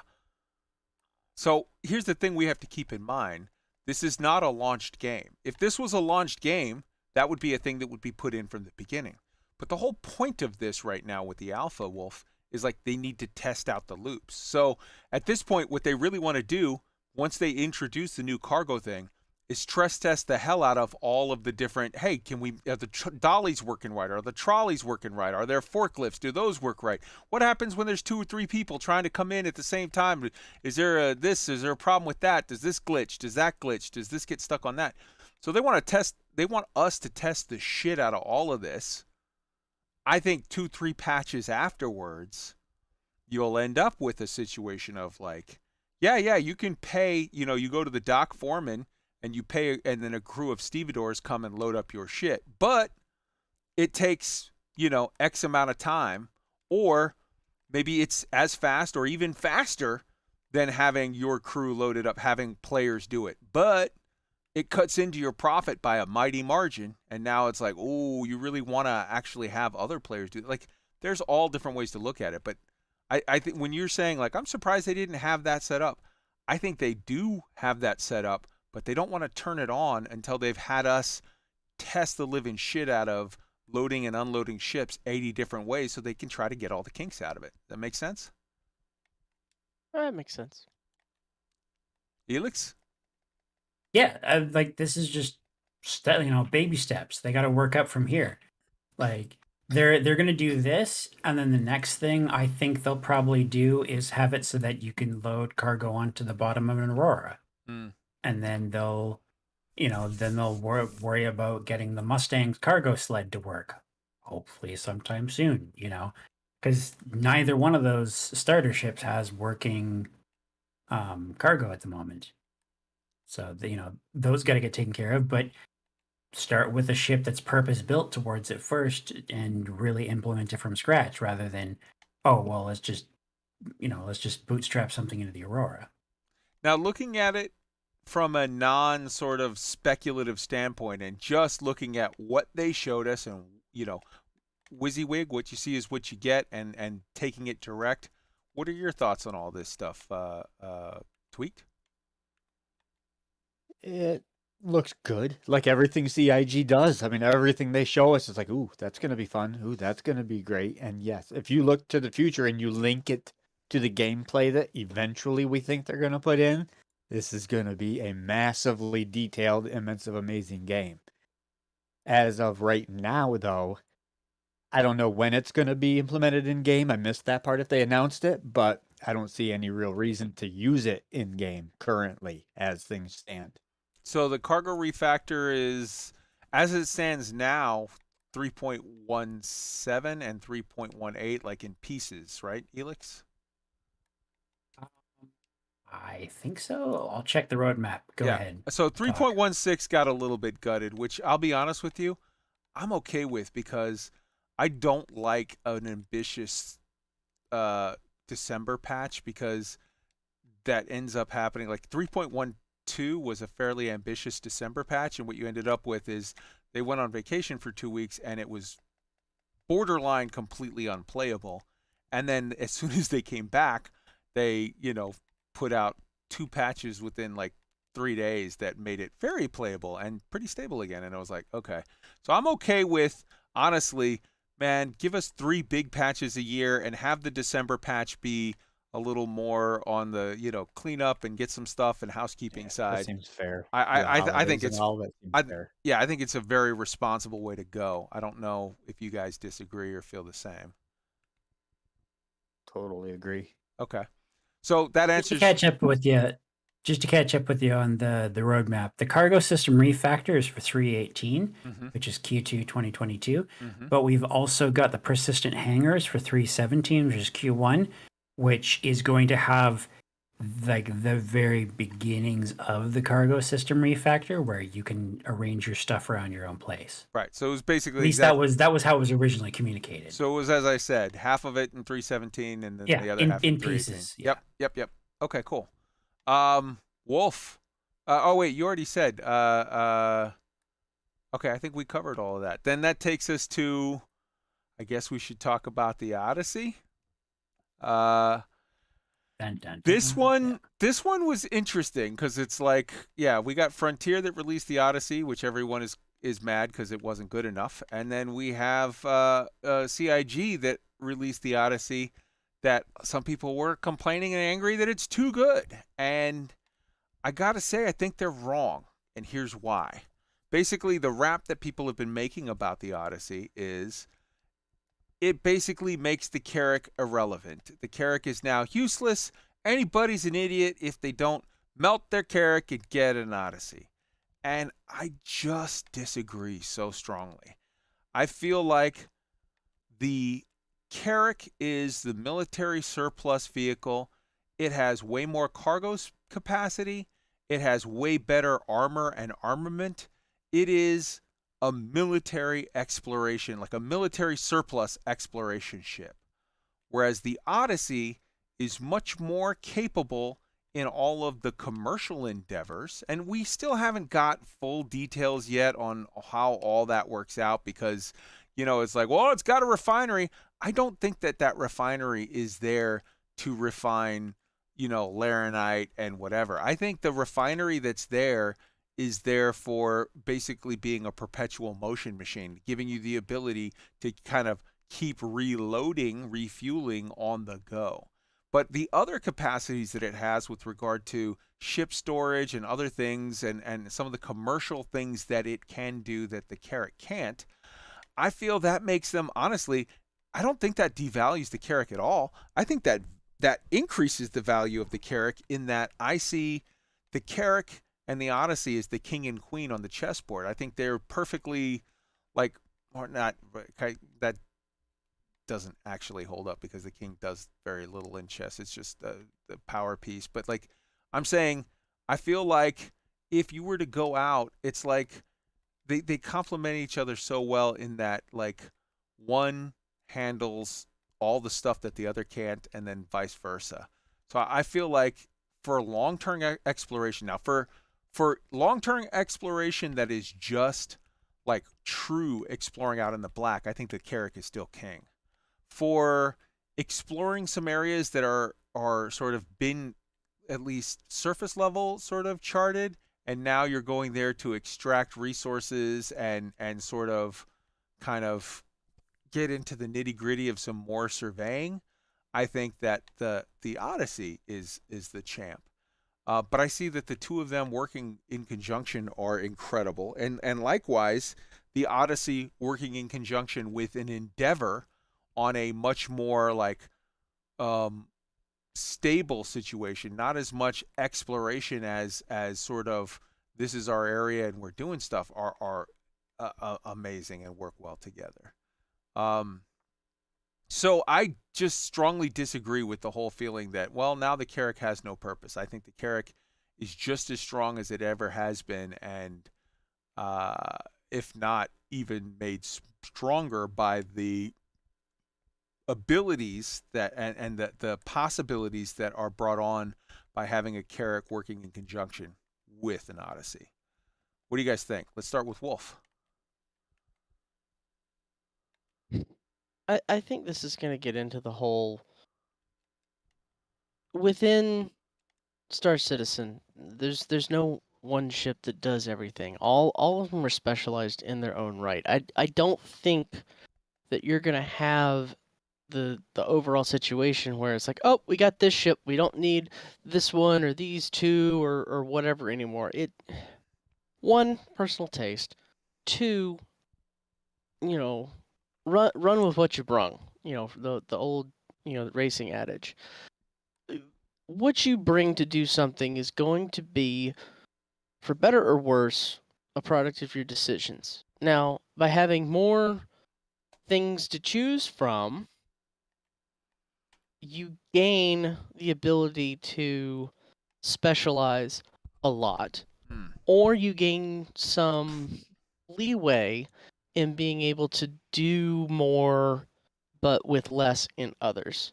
I fundamentally don't understand the whole we have this, we don't need that anymore, bye. Like the game's not built that way. That's human nature, though. People always want the new hotness and leave everything behind. When you're in an MMO, new weapon comes out, which new weapon in New World or World of Warcraft or Final Fantasy is the same thing as like new ship in Elite. When the new weapon, when Void Gauntlet came out, everybody wanted it. When there's the new class in Final Fantasy with this new Endwalker game, everybody wants to play the new. It's just part of human nature. But I think in the end, when the meta settles, you're going to see a very healthy place for both of these ships. ELIX, what do you think? Yeah, it all, as I was saying, as I just kind of jumped the gun in early, it's all about role differentiation, and to build on what Wolf was saying, like it's about the capabilities you prepare yourself for and what it is that you're specifically looking for and trying to do.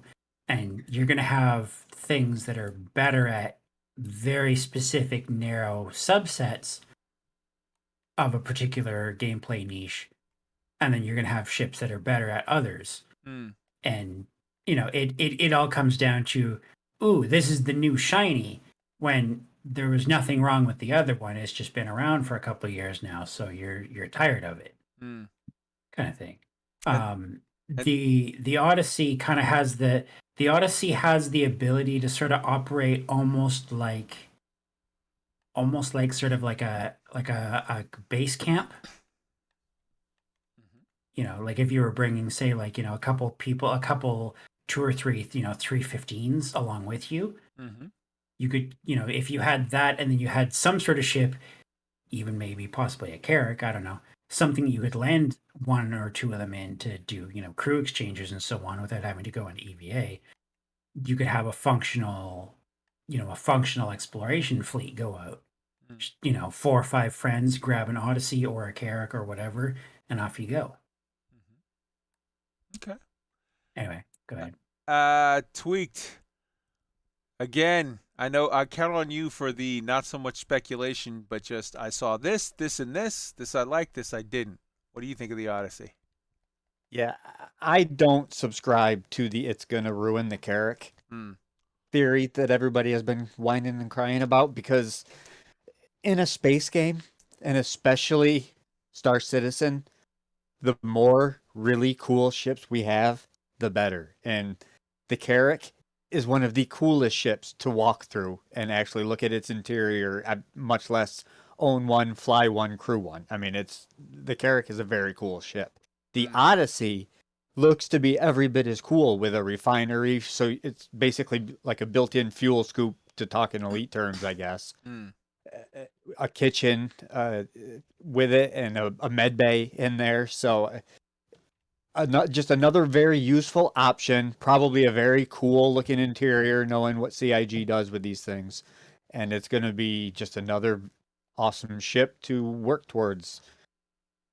Okay. Very cool. Because that is definitely a ship I will be buying in game at some point. Oh, hell yes. Get that ship in game for realsies. I like that. I dig that.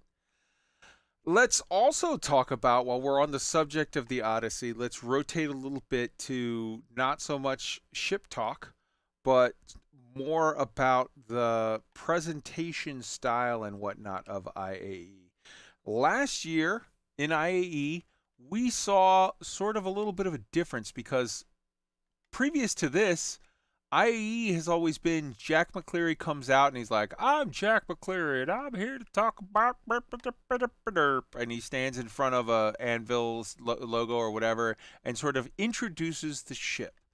Last year we saw sort of a little bit of a departure or expansion from that, in that there was a couple of storylines. They were not super in depth, but there was a storyline of Jax McCleary and his little buddy Jimmy going off in Nomads, and whoops, Jax clipped a mountain, and next thing you know, they're camping overnight, and I heard a sound, and there was some comedy gold there, and there was some whatever, but it was a little bit of a narrative with the Nomad. And then there was also a little bit of a narrative with that other ship where it's like, oh, we're gonna get to go in and see this, and next thing you know, Jack's hitting some buttons, and whoops, alarm klaxons going off, and they're running off, and they got to get away, and like, oh, we were never here. This year, we saw the continuing sort of evolution of the narrative, of the way that they're choosing to use that character, in that they had first there were a couple pieces as it went on, and it was sort of tied together as sort of the narrative experience of Jax and Jimmy throughout the whole sort of event. And it was cool. I think it was cool that they had Space Jeremy Clarkson driving behind the wheel of a car, or in this case a Spartan, and that was cool. It was like, that's funny, because like he's the guy that is the fucking road, whatever guy, and now he's Grand Tour is the new one. But what was it was called what was the Top Gear, and it's like, and he's driving a vehicle, and then and it went well, and it was interesting, but more so, the way it ended, you saw Jax in a, let's just say, borrowed Odyssey, and he's going to the jump gate, and there's ships coming in and going, so like, whatever, and he tells Jimmy, he's like, yeah, I just need a break, I need to get away from it all, I'll see you back for the next one, if I make it back in time. And then, boom, he goes through the fucking Stargate, and he's, off to Pyros, living in his brand new little space station, the Odyssey. And I think, I really kind of think that they're setting this up where next year, I think the event will be in Orison. IAE will be in Orison. So the next will be, before IAE, will be, Invictus. I think it's going to be in Orison, but I think you might have some fun little remotes, some cameos, some whatever of, I'm Jax McCleary and I'm calling in from Pyros and I'm here and blah, blah, blah. And you might get to see some stuff with that. I know not everybody enjoys all the speculation stuff, but just let's be honest. Isn't it kind of interesting the way they left that with him heading to Pyros? Does anybody else feel like, oh, they totally set this up, provided they can get everything in on time, they set this up to continue the story from there. And if they don't, well, then they'll claim they never meant to. I'm not totally anti-speculation. I'm anti-looking a year down the road all the time. Okay. I like to look at what's here, but yeah, what they did there, it's just they're really kind of in many different angles now teasing what they have in Pyro. And I'm looking forward to when we actually have it to get there. I have barely gotten my feet wet in 3.15 yet, which, by the way, maybe we should talk about that a little bit. Oh, The we new will. player experience now. hell yeah. Oh boy. Oh yeah.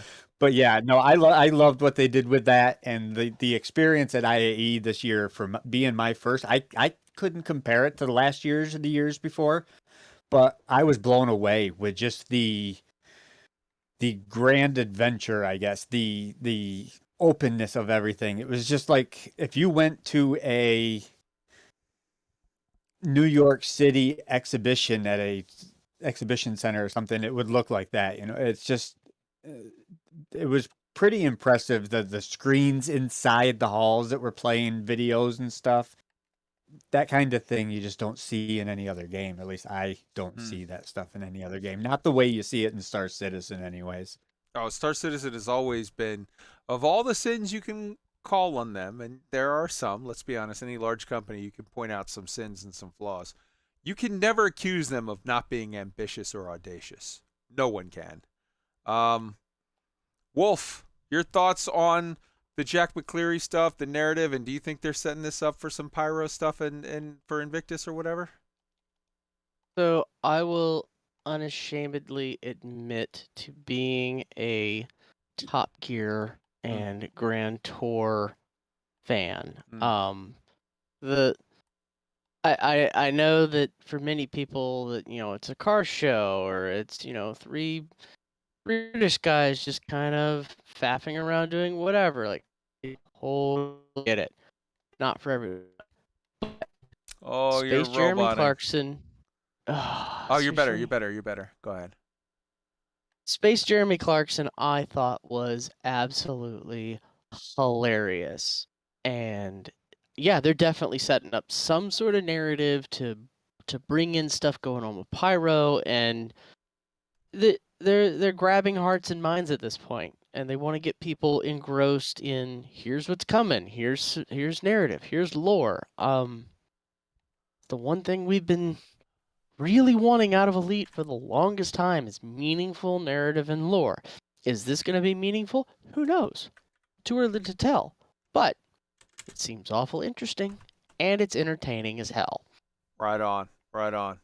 All right, ELIX, bring it home. What are your thoughts on the continue? Like, you've seen the previous one, so you know what I'm talking about on how the sort of narrative is evolving here, and they're using it more and more as a interesting storytelling, like a cohesive hook.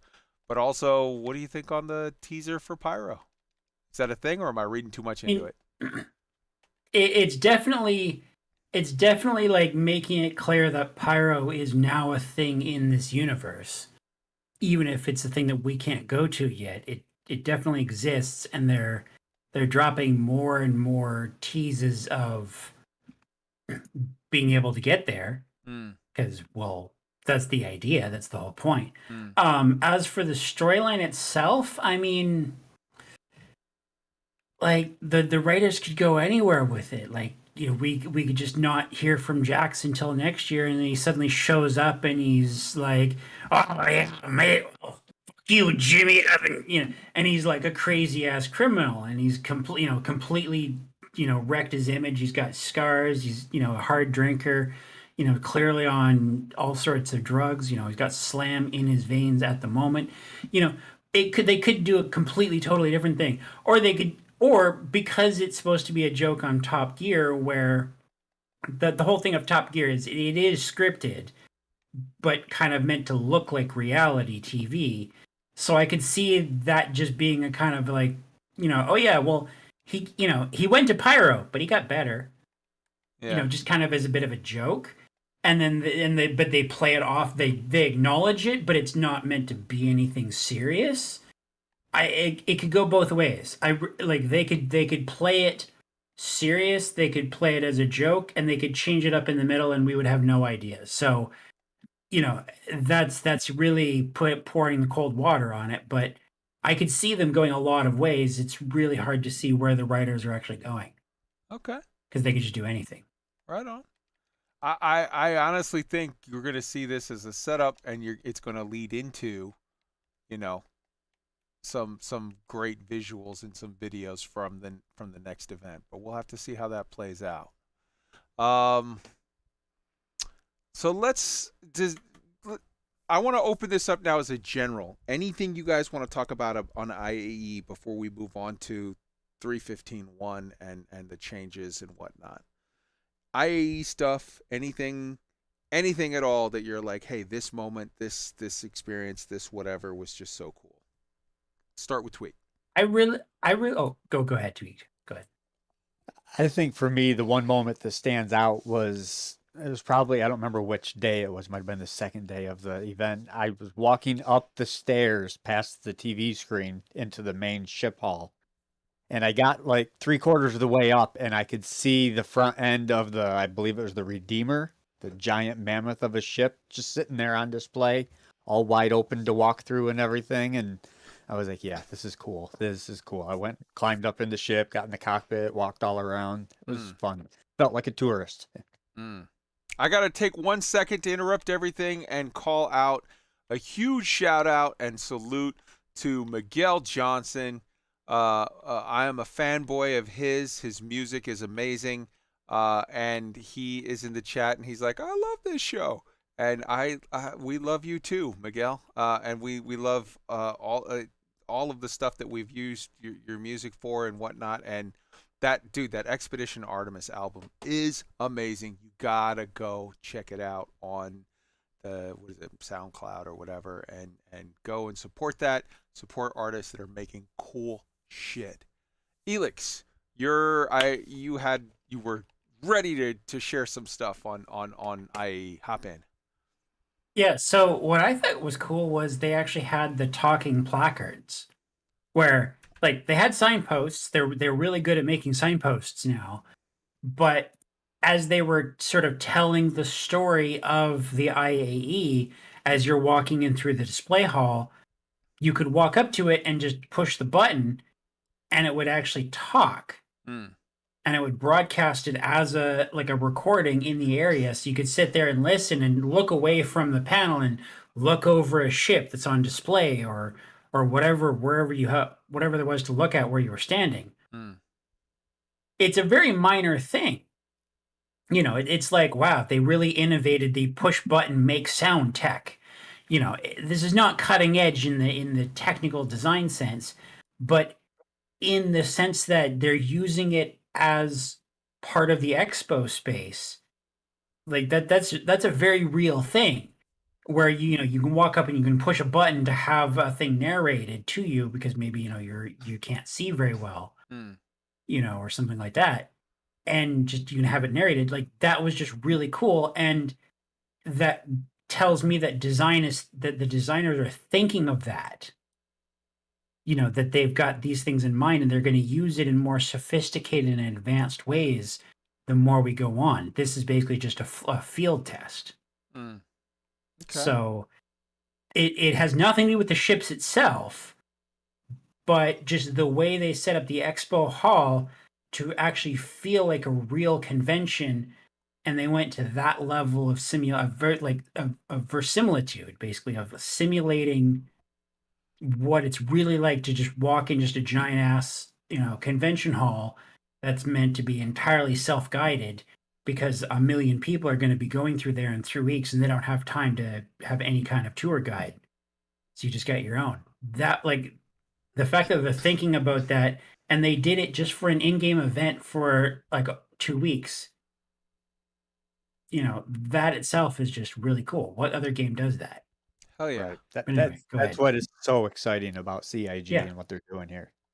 Hell yeah. I got to hop in before we get to Wolf and point out that Miguel in the chat, gave me a little thanks for the shout out. And he said he's got a new space album coming out soon called 2184. And I can't wait to hear it. So, yeah, check out. It's a dark sci-fi album. So I'm excited. Wolf. Nice. Wolf, IAE, your thoughts, what you like, what speculation, any kind of whatever. Wrap it up. Bring it home. I don't have any speculation, but I wanted to jump in on the IAE just to look at the pretty. You ever go to the museum as a kid and just get completely distracted by every little thing around you and just be in complete awe and absolute just enamorment with here's another thing to look at. I had no idea that was even a thing. Like all that level of where your brain's at. That's where I went with this. Almost to the point of a fault at times because I would kind of miss the plot a little bit, but I think that was also sort of intentional too. I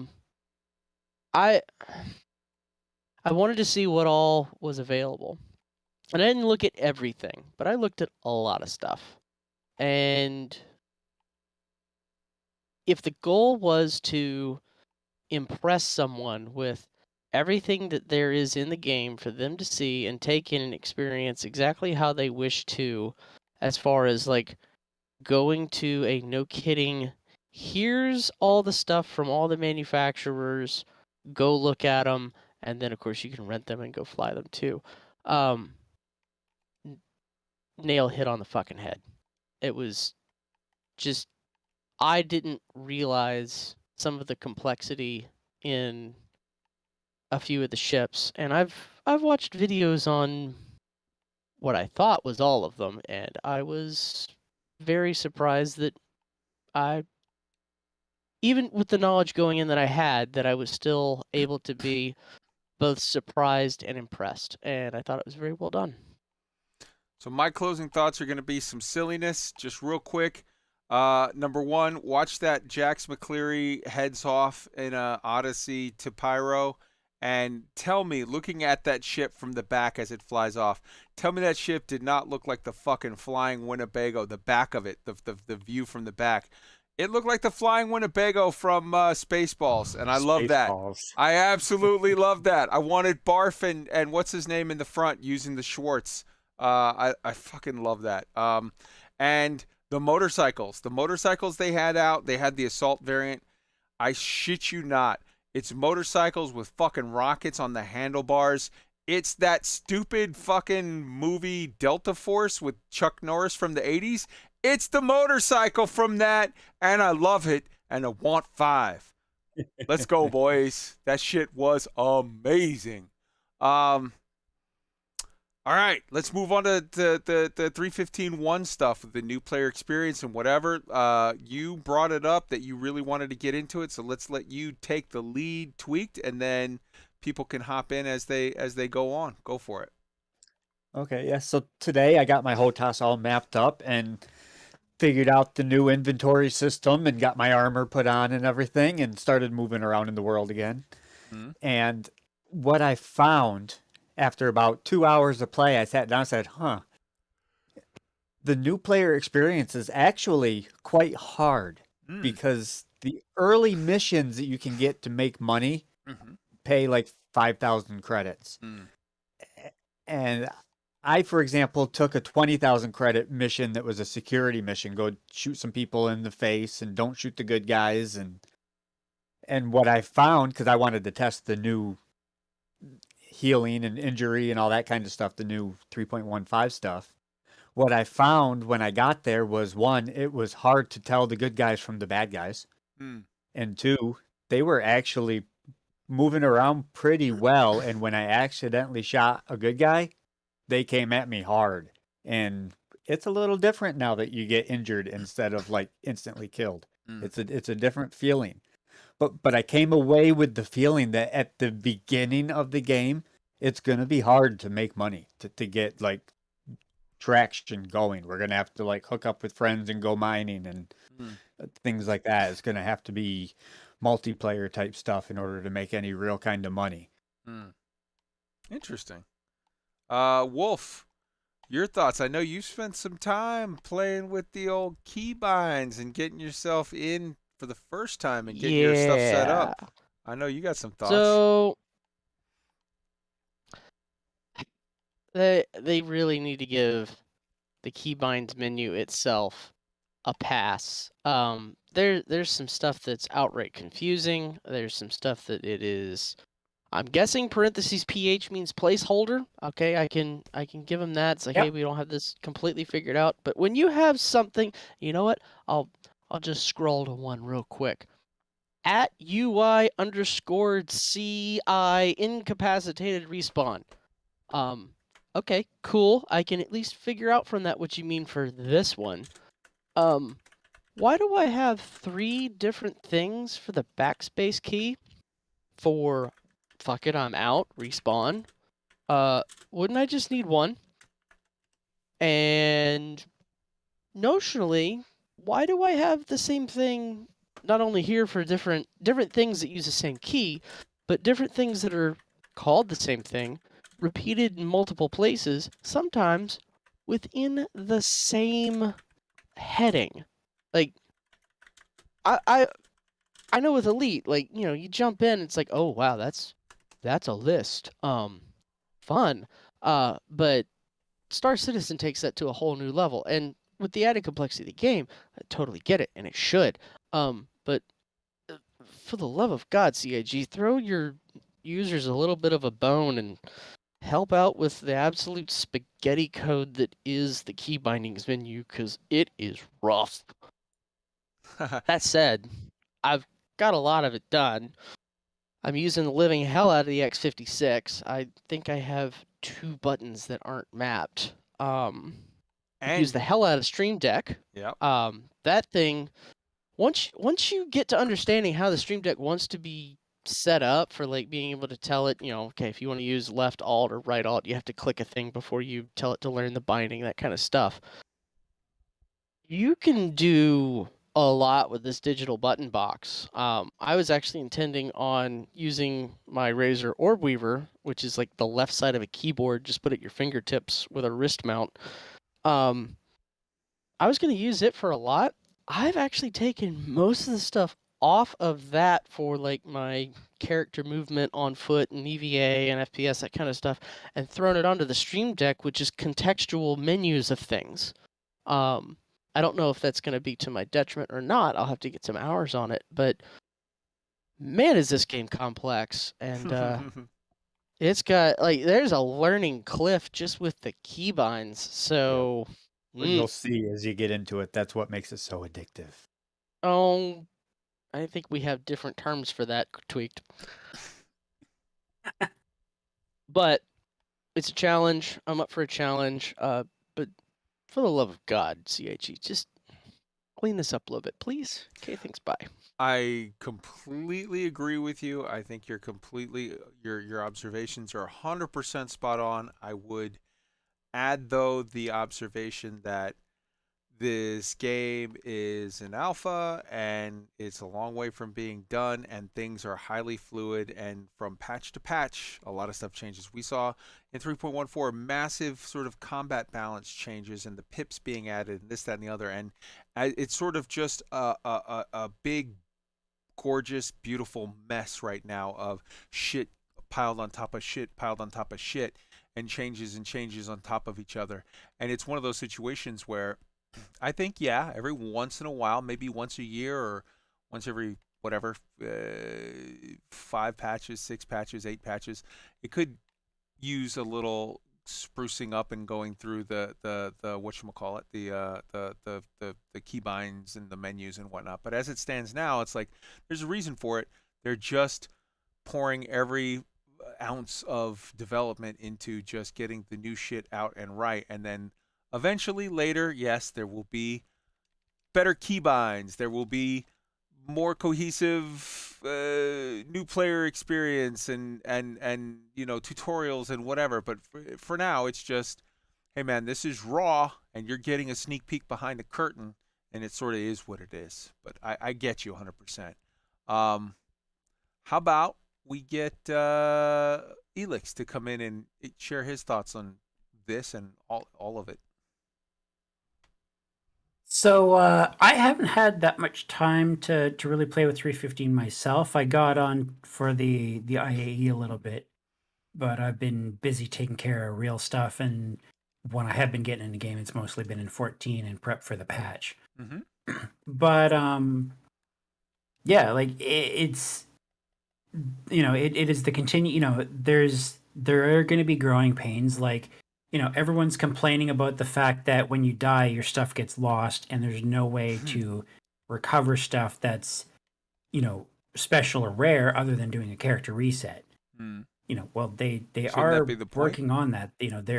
They're aware of the issue. They are aware that like you can lose your concierge gold sniper rifle Mm-hmm. kind of thing, but you are going to get it. You are going to be able to get it back in the patch, first of all, but also they're working on it so that you can just be able to get it back in some other way, whether that's at like a terminal or Mhm. however they're going to do it. These will come in time. There is, like the pretty much, all I can really say most of the time is when people say the new player experience sucks, it's like, yeah, it does.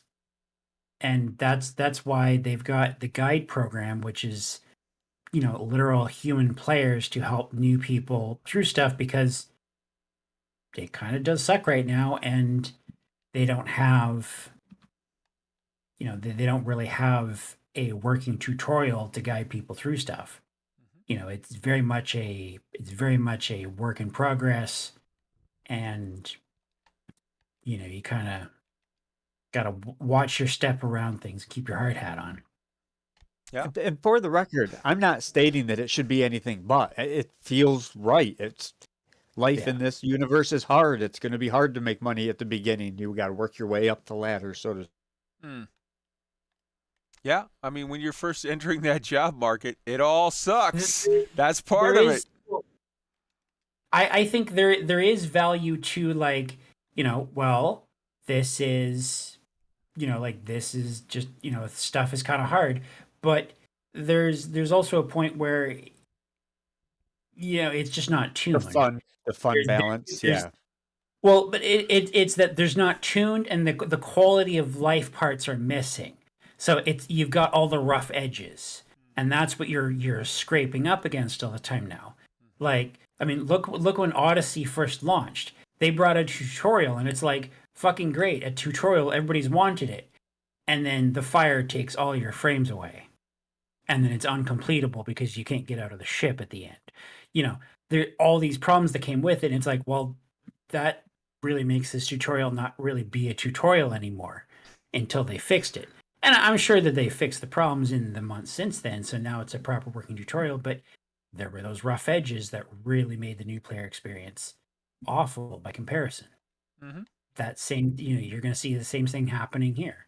Just they're not stopping to polish everything they do it. They've got too much stuff coming off the assembly line, and they got to keep on stacking the bricks high. Worry about sanding off the edges later. And to your to the greater point of just your IAE sort of observations, experiences, what have you, because that was sort of responding to Wolf's thing.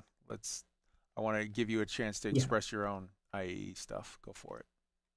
Oh yeah. Well, just with the IAE in particular. I mean, mostly it was just me, walking around and really enjoying the spectacle of the environment that they created, and how you could you had to kind of duck in around behind to see the holo table stuff. It wasn't out front. They really put the actual flyable ships and vehicles you could use in your hands as much as possible. And the future speculative, not speculative in the sense of they might not do it, but the stuff that's not here yet was actually kind of tucked away and kind of a little hard to get to compared to the main floor show. And like just that thinking itself kind of is a nice refreshing change compared to how it used to be, because it used to be the other way around. They had very little to show, and they put the dreams first, and then, oh, by the way, here's the sorry state of what we've got now, but it is what it is. It's going to be better. Okay, very cool. Yeah, and go ahead. No, that's cool. Yeah. No, very cool, very cool. I dig it. Let's take a moment and really get into sort of. Okay, here we go. We're going into the gossip zone now. So obviously, one thing that's been speculated a lot about has been Squadron 42. It's lots and lots and lots of speculation. And we have some hot news. And this is all unconfirmed. Maybe it's accurate, maybe it's not, but it seems very believable to me. Star Citizen Leaks is reporting on it. I've heard about it from other sources. Let's get into it. Apparently, there are some select individuals from inside Evocati that have been tapped and quietly pulled aside and said, hey, you stop doing this other stuff over here. We're going to have you playing a beta test of Squadron 42. And this is hot news from like literally within the last 24 hours that's started to hit certain members of the community. I think a lot of people still haven't heard about it, but I'm super excited. So number one, it seems very believable just from a timeline standpoint. Right now is the time when you're going to need to have people start to look into maybe chapter 1, 2, 3, 4, 5, somewhere the early chapters of volume 1 of Squadron 42. And then, then there'll be a later whatever, and as they continue to sort of shape it. But I'm just super, super excited by the whole concept. And to me, we know Chris is moving back to England with his family. He's uprooting his whole family so that they can sort of focus on and get Squadron 42 out. I have been saying repeatedly that my predictions for Squadron 42 are small percentage chance next summer, but realistically, Squadron 42 will be next Christmas. I think that next IAE or next SitCon, whatever, is going to be a huge. Oh, and by the way, Squadron 42. Here's a demo. Here's a something for you to see, and it will be playable Christmas. It'll be there for you in time. Buy it for Christmas. And this is giving that timeline pretty good credence, in my opinion. Let's. Who wants to go first on this one? Wolf, you're first. What do you think? So, I know Squadron 42 is a thing. I wasn't even cognizant of the project to make Star Citizen a thing back in the day when it was going to be like Squadron 42 and not this thing that it has become. I got no skin in this fight. Like, when it's here, awesome. Until it's here, okay, it is what it is. Like, to me, the game is a further refinement, improvement, and expansion on what we have now that I've, walked around the IAE and, faffed around in a couple ships and had fun, that kind of thing. Squadron 42 being like a storyline set in that universe, okay, cool. It definitely, gives meaningful whatever, but it's not within the same, quote unquote sandbox. So it's definitely its own different thing, though it ties in. Like, when it's here, it's here. If it doesn't get here, it doesn't get here. I mean, I don't know. I know it's coming. Like, that's cool. It's another thing to do, and I'm sure it's going to be fantastic knowing, all the different actors and actresses they had involved with the motion capture and things like that. Mm-hmm. But this is such a weird it's such a weird thing to me that, like, either everybody's like super mad that what we have for the persistent universe and that thing that we're playing isn't this, like, they're mad. And then there's other people who are like, no, work on this thing that we have now and the hell with the other thing. And then I'm in the middle. It's like, I'll just enjoy both. Yeah. They'll be here when they're here. Oh yeah. Tweaked, what do you think about this hot gossip? The timing just kind of feels right on it, doesn't it? Mm-hmm. Doesn't it? It just feels like it might be right. And especially, I mean, That would be a big seller next Christmas amongst gaming, in the gaming industry. I would imagine if CIG released Squadron 42 for next Christmas. Mm. Anybody, people that aren't interested in Star Citizen might be interested in that, just for the selling point that Mark Hamill is in it and various other people are in it, and it's a story mode RPG kind of single player game.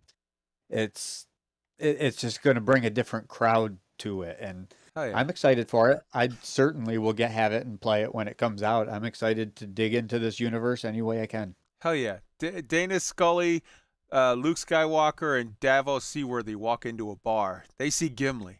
I'm ready. Let's go, boys. ELIX, what do you think? So, I think that, like, I'm pretty sure that Chris wants Squadron 42 to be out by the end of next year.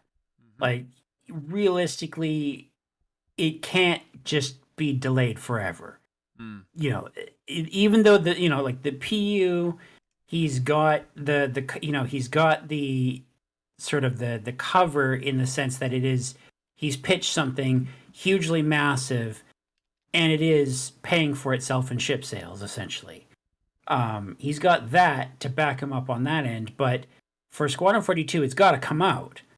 The Calder's money was supposedly collected for marketing Squadron 42, which means Squadron 42's got to come out, because otherwise, what was that money spent on? It wasn't on marketing for Squadron 42, and they're not going to be happy about that. The Calders are going to want their return, and they're going to want it before the end of the universe. So it's got to come out, but I don't believe the rumors that people are beta testing it right now. It could turn out to be true. If it is truly happening and people are respecting their NDAs, they're not going to prove it. I can say all I want that it's not happening, and the people who have the proof are not going to come forward and say, no, it really is. Mm-hmm. But we'll know for sure if it is when we see leaks. That's going to be the real proof, is when somebody leaks a cinematic. Mm. And I hate that. I fought back and forth from when I first heard this news to, like, do I mention it? Do I not mention it? Because it's like, part of me wants to say, screw that. Don't say anything about it. Let it just be, try to, like, yeah, of course other people are leaking and it's out and it's public knowledge, but, like, don't whatever. But then I was like, well, but what I'm talking about is what I'm saying is, like, we'll know if the rumor is that somebody has leaked, that somebody presumably internal at SIG has leaked that allegedly people are being cherry picked one at a time to beta test pieces of Squadron 42 or whatever that amounts to. No, I know. And what I'm saying is, I hope that we never get the proof. I hope we don't. I hope that people stay classy enough that it stays a thing that people mention but have no leak on. That's just me. And that's fair. Like, I mean, if it does turn out that somebody leaks it, all I want to hear is, oh, that is true because people have leaked it. I don't want to see the leaks. Yeah. I just want to hear the report of, oh yeah, it turned out actually no, that's really a thing, and somebody leaked, like, the intro or whatever. They leaked something that hadn't been seen before and could only be seen by somebody with access to the files. And I'd be like, oh really, they did that? Oh, okay. All right, I'm done. I'm not going any deeper into that, even though I'm sure, if you went looking, you could find it. But, in the sense that I'm not going looking for it, it doesn't really matter either way to me. And I agree on the timeline. It's just a matter of whether we believe that people are actively being invited to test or not. It definitely needs to come out soon. And by soon, I mean, like, in 12 to 16 months, if possible. Okay. But yeah, I don't believe that they're actually inviting people to play, unless these are people that have been handpicked, because CIG knows backers will leak the shit out of it. But if they have been handpicking individual people one at a time for like, and they're only like 10 people or 20 people actually being invited to this extremely tiny team, then you're dealing with a level that's so small that they're probably not going to leak, because they know that they can all be collected in a room. And If yet, you have a group small enough to collect in a room, you don't. and yet we've heard about it, so all right. Well, but we've heard the rumor. But yeah, if All it right. is actually happening, that should let that be the end of it, kind of thing. All right. So I think we covered pretty much everything for tonight. We covered Cowboy Bebop. We covered even Wheel of Time. We covered Foundation. We covered talking about the Expanse. The book is out this week, and the series it launches like in a week. We're almost there. It's so close. It's so close. And I'm super stoked for it. Go and get the Orville season 1 and 2 on Amazon. They're great. Go and watch Foundation if you hasn't. It's already, the whole season is out. Go and check out Miguel Johnson's new album that's coming soon, and all of his existing stuff. Go play some right now while it's still going for like until like Tuesday. Go play Expedition 1 in Nomansky. Go get yourself have some fun in Star Citizen and fly around spaceships in Elite Dangerous. Like, just go enjoy being a space nerd and have fun with it. I'm totally psyched on all of it. Closing thoughts and say goodnight to the beautiful people, Wolf. I just want to thank everyone for joining us tonight, and I'm glad you spent your Friday evening with us. And I'm going to finish the rest of this bottle of Carolina Cream and go pass the fuck out. Hell yeah. Hell yeah. ELIX, say goodnight to the beautiful people and share some thought on something spacey. Well, good night, Evan. Thank you for coming to the show, everybody, and for everybody that's watching on this in the stream on the VOD or in the podcast later. Glad to have you there. Maybe sometime you can catch us live. But as for me, right now I'm stuck deep in a universe that's, well, maybe involving space in a sort of limited, specific way. You're going to the moon, bro. Warrior of Light. I might be going to the moon, but right now I'm just on a boat. Hell yeah. Hell yeah. But yeah, no, I'm gonna see about if I can pull myself away from Final Fantasy long enough. I'm gonna see about getting myself into some space games this week. But yeah, no, I've been this ticket's been punched for 2 years, so. Hell yeah. I dig it. And Tweak, say goodnight to the beautiful people and give them something cool, spacey. Go for it. Yeah, no matter what flavor you like, right now there is a space game out there, which none of them are perfect, but there is a space game out there that are doing things that we've never been able to do in video game history before.